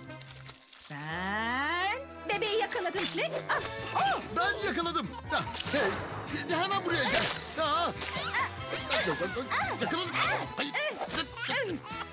Bu eller eskiden tuttuğunu bırakmazdı. adaletin budur dünya. Yakalanmayan bebek Templeton'ların bebeği oldu. Sen de trompet kardeşi kazandın. Lütfen ailelerin sinirini zıplatma. Şampiyonluk unvanı Templeton kardeşlerde kaldı. Kazanmayısı güzel. Hapishane sisteminin kağıt ara bezi dayanıklılığında olduğunu bilmek kötü tabii. Ezeli düşmanımız deliğinden hamam böceği gibi kaçtı. Hamam böcekleri için ne derler? Kafası olmadan bir hafta yaşayabilir. Ne? Hayır yani şey... Nefesini 90 dakika tutabilir. Hamam böceğini anlatma bana. Bir tane varsa daha fazlası da vardır. Evet. Junior Fancy'ye hoş geldiniz. Sizin için... İkile yakışıklı. Planlar nasıl gidiyor? Biraz bebek salyası topladım. Ama güzel haturum için el kremi yapacak kadar çıkmaz. Hiç sormayın. Kediciklerimi geri aldım. Ama patron bebekten intikamımı alamadım. Anlıyorum. Bebek şirketi ışınlama çıpçıpını aşırmayı başardım. Bu trilyon dolarlık bir icat. Teknolojisini çözebilirsem ki çözemem. Hemen surat asmasanıza canım. Kız arkadaşımın yeni bir planı var ve içinde hepimizin rolü var. Kız arkadaşın mı var? Wendy'yi tanıştırayım. Hapiste mektup arkadaşıydık. Ortak noktamızı keşfettik. Ortak noktamız kediler. Mutluluklar dilerim. Planım sayesinde isteklerinize kavuşacaksınız. Kediciklerle bolca zaman. Aha, çok karlı bir iş fikri. Ve gönlünün kraliçesi için yumuşak bir şeyler. İşin iyi yanı gerekli malzemeleri toplamaya başlamış olmanız. Kedicikler, bebek salyası ve en önemlisi bu sihirli emme şeysi. Hadi bakayım burun. Buralarda bir haber kokusu alıyorum. Çocuk giyim mağazasında firari mahkumlara. Al sana haber yavrum. Ne yazık ki mahkumlar polis olay yerine ulaşamadan kaçtı. Hala bulunamadılar. Yoksa size mi geliyorlar? Olabilir. 4 ezeli düşman intikam için mi dönmüş? Hemen bebek şirketine gitmeliyiz çabuk. Hadi. Çıp çıpı ne yapacaksın? Soru! Para için istiyorum dedim. Peki parayı niçin istiyorsun? Derinlemesine bir soru. Bunu kendime hiç sormamıştım. Al bakalım. Al sana para. Benim şirket uçağının anahtarı. Bir de özel cello dersi kuponu. Ay hep öğrenmek istemiştim. Çok pardon. Memur bey, bence benim yerim hapishane. Teşekkürler. Harika, artık işten kovulmam. O da neydi öyle? Kusursuz bir müzakere. Ömrüm boyunca böyle bir müzakereye şahit olmadım. Jimbo'nun devreleri yandı. Evet, senin yerin ticari işler departmanı. Bebek şirketinin sözleşmeleriyle ilgileneceksin. Şunu hatırlatayım. Bu simülasyonda 16 farklı iş var. Biraz geri alırız. Sen de müzakerenin seni götürdüğü yere gidersin. Ya da simülasyonu sıfırlar. Her şeye en baştan temiz bir sayfayla başlarsın. Daha keşfedeceğin çok şey var. Jimbo, ona işle birlikte tahsis edilecek şirket yürüteceğini göster. Bu etme yürüteç. Çok bun hebele hubele. Yürüteç bun habele. Tamam, bir fikrim var. Madame, monsieur, kibritle oynamam yasak olduğundan şu romantik mumları yakar mısınız lütfen? Neler oluyor? Kaybettiniz ama çok mücadele ettiniz. Romantik bir randevuyu hak ettiğinizi düşünüyoruz. Ama bu ailece yapılacak bir aktivite olacaktı. Çocuğun lafını bölme. Sizin için romantik filmler listesi yaptık. Bir de kaymak üstü kaymak.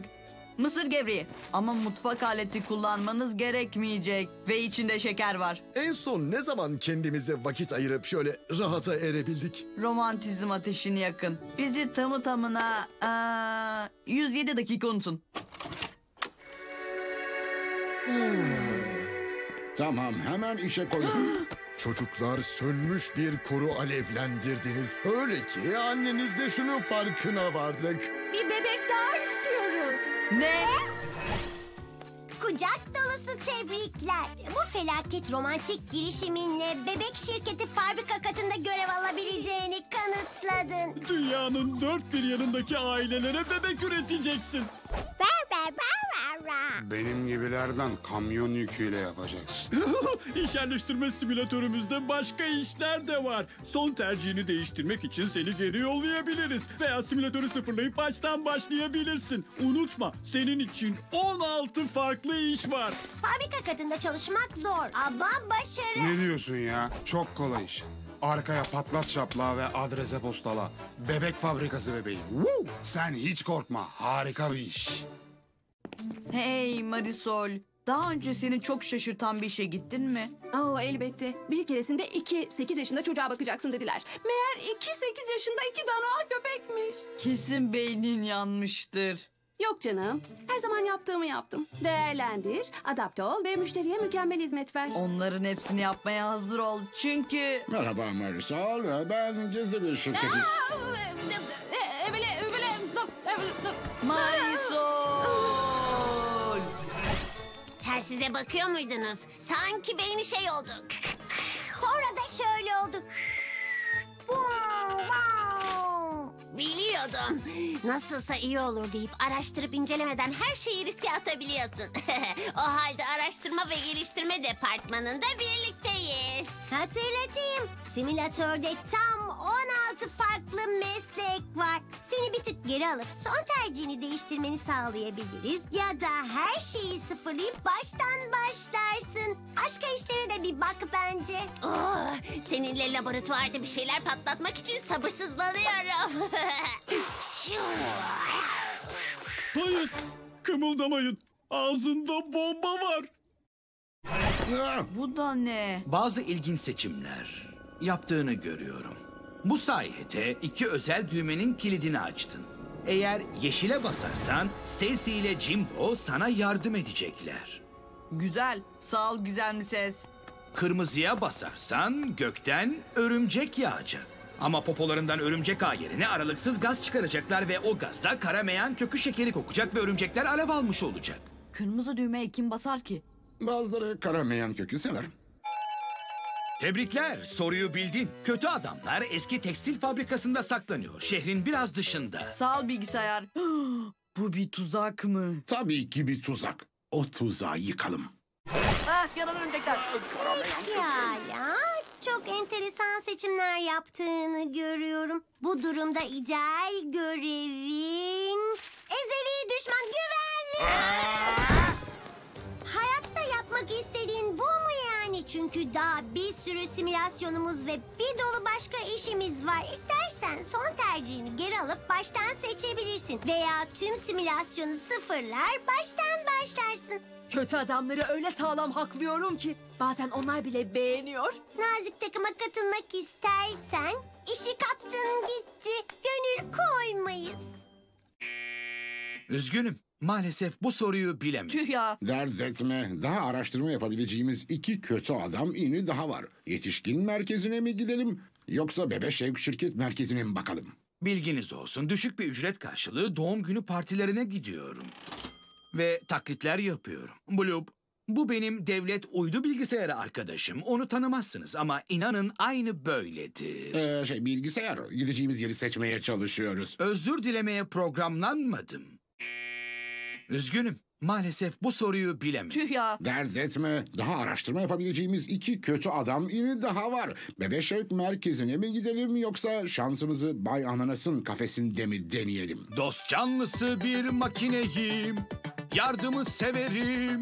Tek görevim bitti. Kendimi imha ederim. Şalalalala tradabadu. Şalalalala. Bilgisayar. Gideceğimiz yeri seçmeye çalışıyoruz. Özür dilemeye programlanmadım. Polisler bu hikayeye asla inanmayacak. İnanmalarını sağlayacağım. Özel ulak. 411 nedir ömrümde gördüğüm en genç postacı?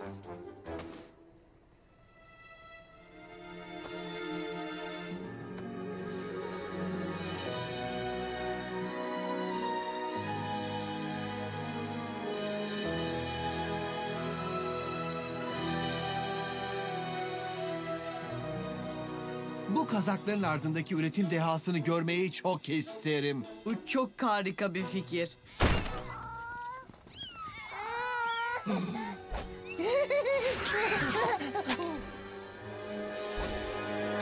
Kıpırdamayın zırtapozlar. Tüm bu tüyleri kedilere geri yapıştıracaksınız. Şaka yaptım. Bir daha gün yüzü göremeyeceksiniz. İnanın bana. Sağlam çocuksun. Bir işi hak ettin. Posta dağıtın bebeği. Yaşa! Günü kurtarmanın tek yolu olduğunu anladın. Kazağı B noktasından aldın, A noktasına bıraktın. Kafiyeli söyledin. Şarkısı bile olur. Ama unutma, bebek şirketinde daha 1 ton iş var. Bakmaya devam et. İstersen geri alıp son tercihini değiştirebilirsin. Ya da tüm olayı başa sarar ve en baştan başlarsın. Bana eşlik et. Gün tek yolla kurtulur. Onu anladın. B noktasından A'ya teslimat yaptın. Hadi Freddy. Nerede? Bebek mi? Sen mi? Tek sen. Hepimize karşı mı? Adını bile duymadığın savaşlarda çarpıştım. Öten set arası savaşı. 6 yıl şaplakları. Son sözleri alayım bebek adam. Aslında biliyor musun hep atmak istediğim bir tirat var tabii ama... Benim bebek şirketi yoldaşlarım, zincirlerinizden kurtulup şirkete dönme kavgasına hazır mısınız? O halde saldırın!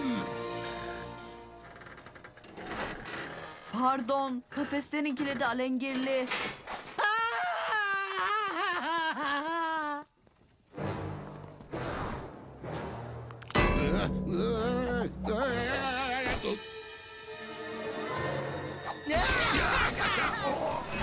Kavgayı yarıda kesmek zorunda kaldık. Simülasyondaki şiddet içerikli bölümleri görmek istemezsin. Ben şiddet izlemeyi severim. Ama hoş bir şey. İşte sonucun çıktı. Seni güvenliğe alıyoruz. Yaşa! Bizim sürüye hoş geldin köpek.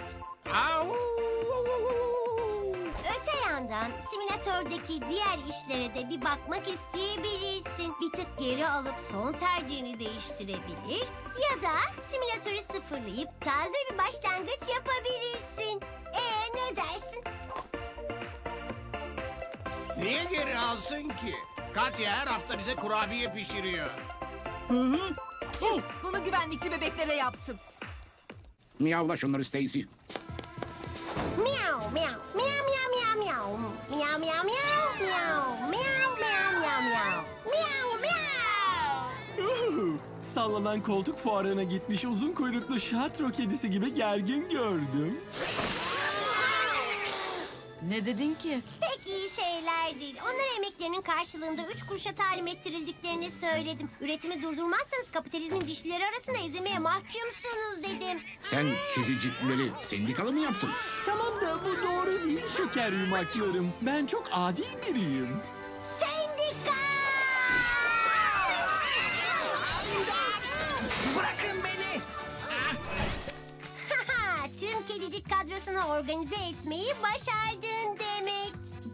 pazarlık gücünü iyi çalışma koşulları yönünde değerlendirme yeteneğin var. Doğru söylemek için elime yazdım. Seni yeni sendika temsilcimiz yapıyoruz. Sendikalaşmayı destekle... Yoluna git buddy. Oldu. Simülatörde hala bir sürü uzmanlık dalı var. Geri alıp son tercihini değiştirebilirsin. Ya da simülatörü sıfırlayıp her şeye baştan başlayabilirsin. Sendika temsilciliğini seveceksin. Bu düzene karşıyız. Ne istiyoruz? Temsilci olmanı. Ne zaman olursun bu sana kalmış. Yani gerçekten. Buralarda gizli bir kapı ya da bir geçit falan olmalı ha. Kedi çıkışını mı yuttu? Şimdi beni dinle. Hem de can kulağıyla patron bebek. Wendy hakkında ne düşünüyorsun? Kız arkadaşın mı? Evet yani bence de öyle. Onu sevdin mi? Eskiden yarı deli, kedili kadınlardan hoşlanırdım ama şimdiden kediciklerimin beslenmelerine müdahale ediyor ve onunla bir araya geleli daha 7 saat falan oldu. Biraz fazla hızlı gidiyor. Değil mi? Benim adıma ondan ayrılır mısın? Öyle bir şey söylemedim. Evet ama söylemediğinde sayılmaz. Yardım edecek misin? Sen söylersen daha kolay hallolur gibi geliyor. Senden zaten nefret ediyor. Ondan korkuyorsun öyle değil mi? Ödümü patlatıyor. Ondan korkup sana olan nefretimden büyük. Lütfen patron bebek. Eski günlerin hatırına. Kısılıp kaldın mı? Estes, bugün senin şanslı günün. Beni yakaladın.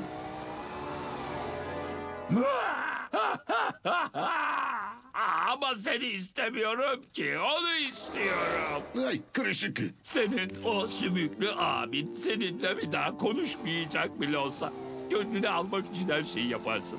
Hapisten de kaçarsın. Salyada çalarsın. İntikam derdinde değildi. Onu geri istiyordum. Ağzımdaki bu kötü tat da ne böyle? Empati mi yoksa tiksinme mi? Bir yanım seni boğazlı kazakla buluşturmak istiyor, diğer yanım seni hücreye kavuşturmak istiyor. Birini seç. Yardım edecek misin? Evet mi, hayır mı? Yardım et patron bebek. Bu çıkmazda seninle tıkılı kaldım. Tek istediğim bir çanta deniz kabuğu ve canikomla bir kumsala tıkılıp kalmaktı oysa. Pekala söyle, ne yapmalıyım? Bebeği kim yakaladı? Ben yakaladım. Sen yakaladın mı? Peki sen yakaladın mı? Aferin sana. Evet, bence de. Tamam, eline sağlık. Şimdi hak ettiğin zafere koş hadi. Patron bebeği ele geçirdik. Sonraki aşamaya geçebiliriz. O aşamada idare bana geçiyor. Sonuçta onu ben yakaladım. Yok ya, idare bende. Yanlış. Belli ki idare bende. Gerçek lideriniz önünde eğilin bakayım. Sizi her geleler. Hey, daha neler? Yok. Mahsuru yoksa arkadaşları salıp buradan gideceğim. Harikasınız.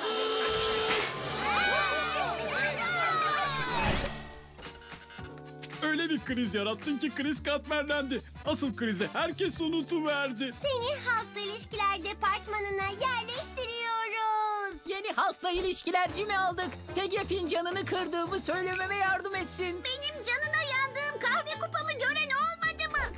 Unutma, bu simülatörde 16 farklı meslek var. Az başa alıp son tercihini değiştirebilirsin. İstersen seni baştan başlatırız, nereye istersen gidersin. Lütfen bu işi kabul et. Pek geliyor.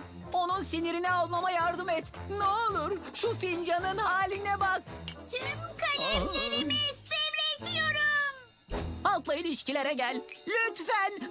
Bunu yapıştırma. Patron bebeği bulabildin mi? Artık bitti.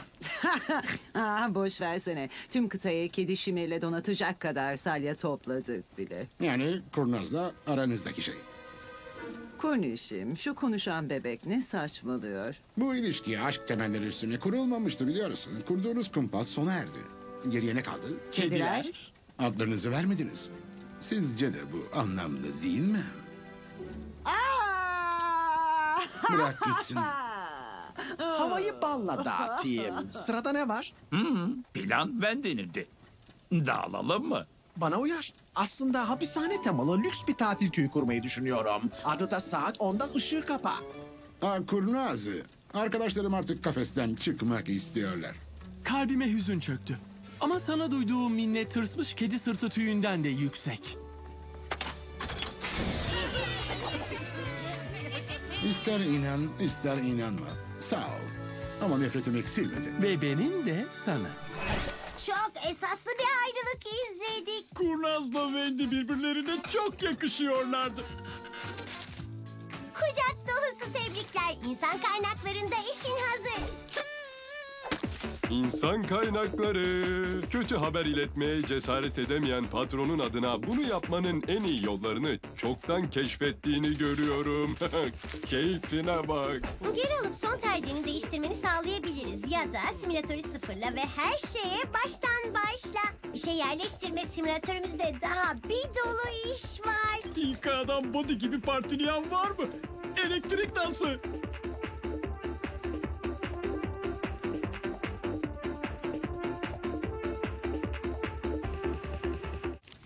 Diş protezini de kap ihtiyar. Aşk trenine yetişeceğiz. Çuk çuk.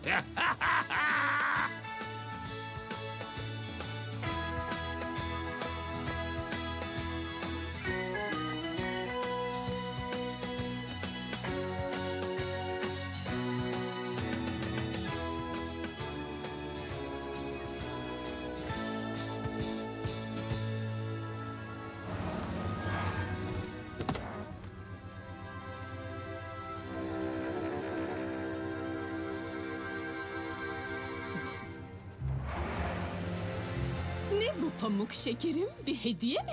Benim için mi? Evet. Bir saniye ne? Bir fısıltı yeter, keder uçar gider, kabus sona erer, güneş bana güler. Sever misin beni? Doğruyu söyle hadi. Sever misin beni? Benim tatlım. Boğazlı kazakcığım. Sen hep çok romantiktin. Hadi öp beni, seni kırışık çamaşır kılıklı şey. Tebrikler. Sana bir iş bulduk. O seçimin sonu kötüydü biliyordun. Ama bu bize senin aşka inanan, pamuk kalpli biri olduğunu ispat etti. Bizim ofiste onu seven herkese sevgi ulaştıracak olan, sevgiyle yapılan bir görev var. Abur cubur arabası gezdirmek.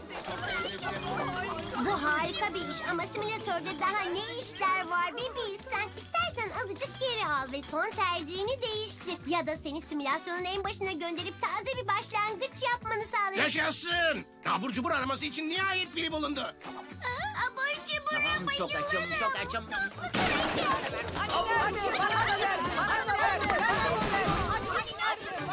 Artık kaçmak yok. Bu kez karşı koyacağız. Malzeme kontrolü. Ceplerinizi, bezlerinizi boşaltın. Bir kalem, 4 çıngırak ve bir biberon. Bu mu yani? Bunlar arasından mı seçeceğim? Kusura bakma bebiş. Bugün favori kötü adam haklama silahını al. Çünkü kaçırılıp eski fabrikadan bozma bir yerden kaçma günüymüş. Bilmiyordum.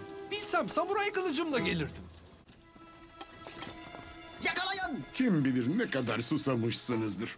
Ya iyi ki sordun. Benim damağım kurudu ya. Susuzluklarını gidersinler tabii ama bize kurtarma ve kaçış planı gerekiyor. Benim planım onlara süt vermek. Ne yapıyorsun? Sen bir canavarsın. Kulakları tıkayın.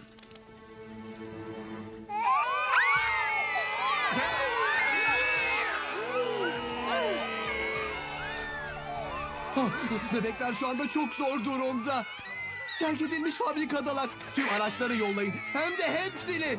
Bir de televizyondaki uzay belgeselini size seyrediyor muydunuz? Çok harika değil mi? Süt döküldü diye zırlamanız bitti mi? Nerede kalmıştık? Tutuklusunuz. İşte bu süper oldu. Bir sürü bebeği kurtardık. Şey gibi olduk yani süper şahane kahramanlar gibi falan öyle değil mi?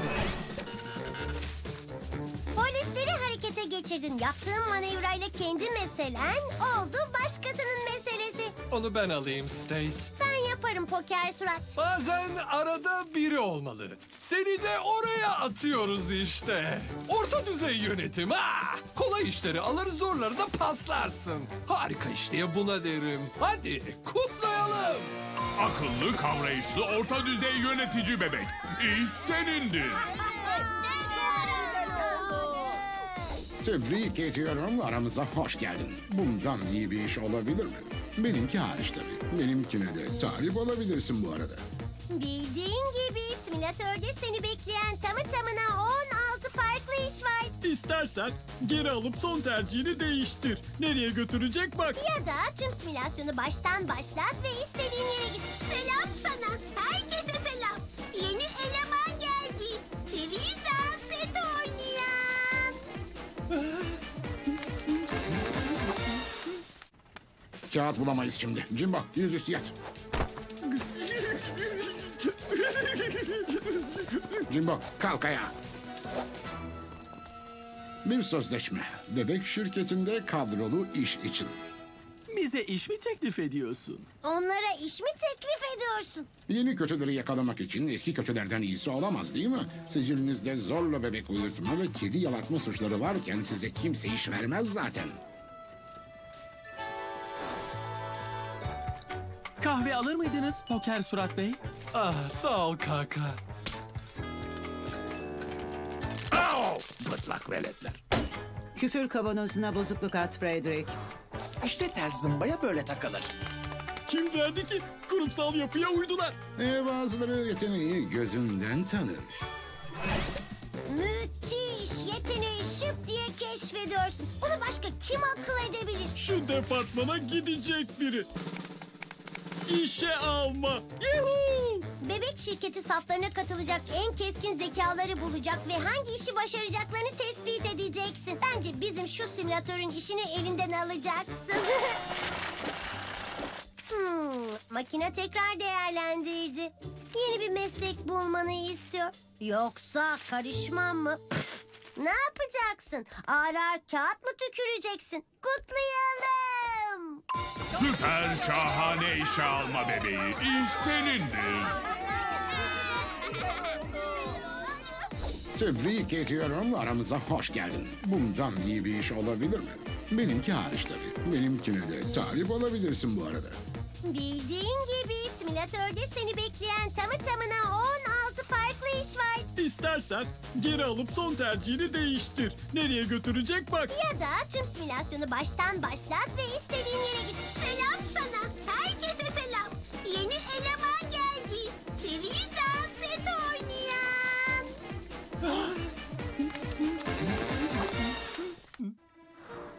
Ve seçimim hiçbiri. Ne? Gideceğim yeri neyi nasıl yapacağımı seçmeye zorlanmaktan usandım. Ben bir liderim. Bir lider kurallara boyun eğmez. Duydun mu simülatör? Bu evrenin programcıları tarafından kodlanmış yapay sınırlara hapsolmaya artık son. Bu konuda konuşabilir miyiz? Çünkü olay şu, simülasyon patron bebeği. Sadece patron bebekte. Tamam patron bebek, seçim yapman gerek. Bu simülasyon ancak öyle... Bu görev yani tamamlanabilir. Beni kandıramazsın Stacy'nin sesi. Bunların hepsi kurmaca, bu da istediğim düzeni kurabilirim anlamına geliyor. Bu kadarı beni aşıyor. Sessiz ol tırmık. Tırmık oldum ha? Harika. Yavrularım. Boncuğum. Farklı kedilere dönüştürseydin ya. Çok ürkütücü oldu. Çok acayip oldu. Çocuklar, sihirli parmak şaklatmamla çıpçıplarınızı sihirli basınç yuvasına çevirdiğim ağızlara fırlatın. Size hedefi tam tutturma süper gücü verdim.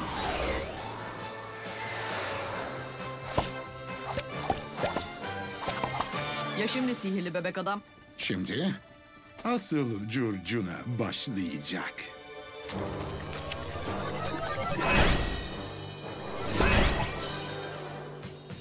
İşte buradalar. Hepsini yakalayın. İşte oradalar. Canına yandım. Tırmığı da alın. O da kötülerden biri. İşte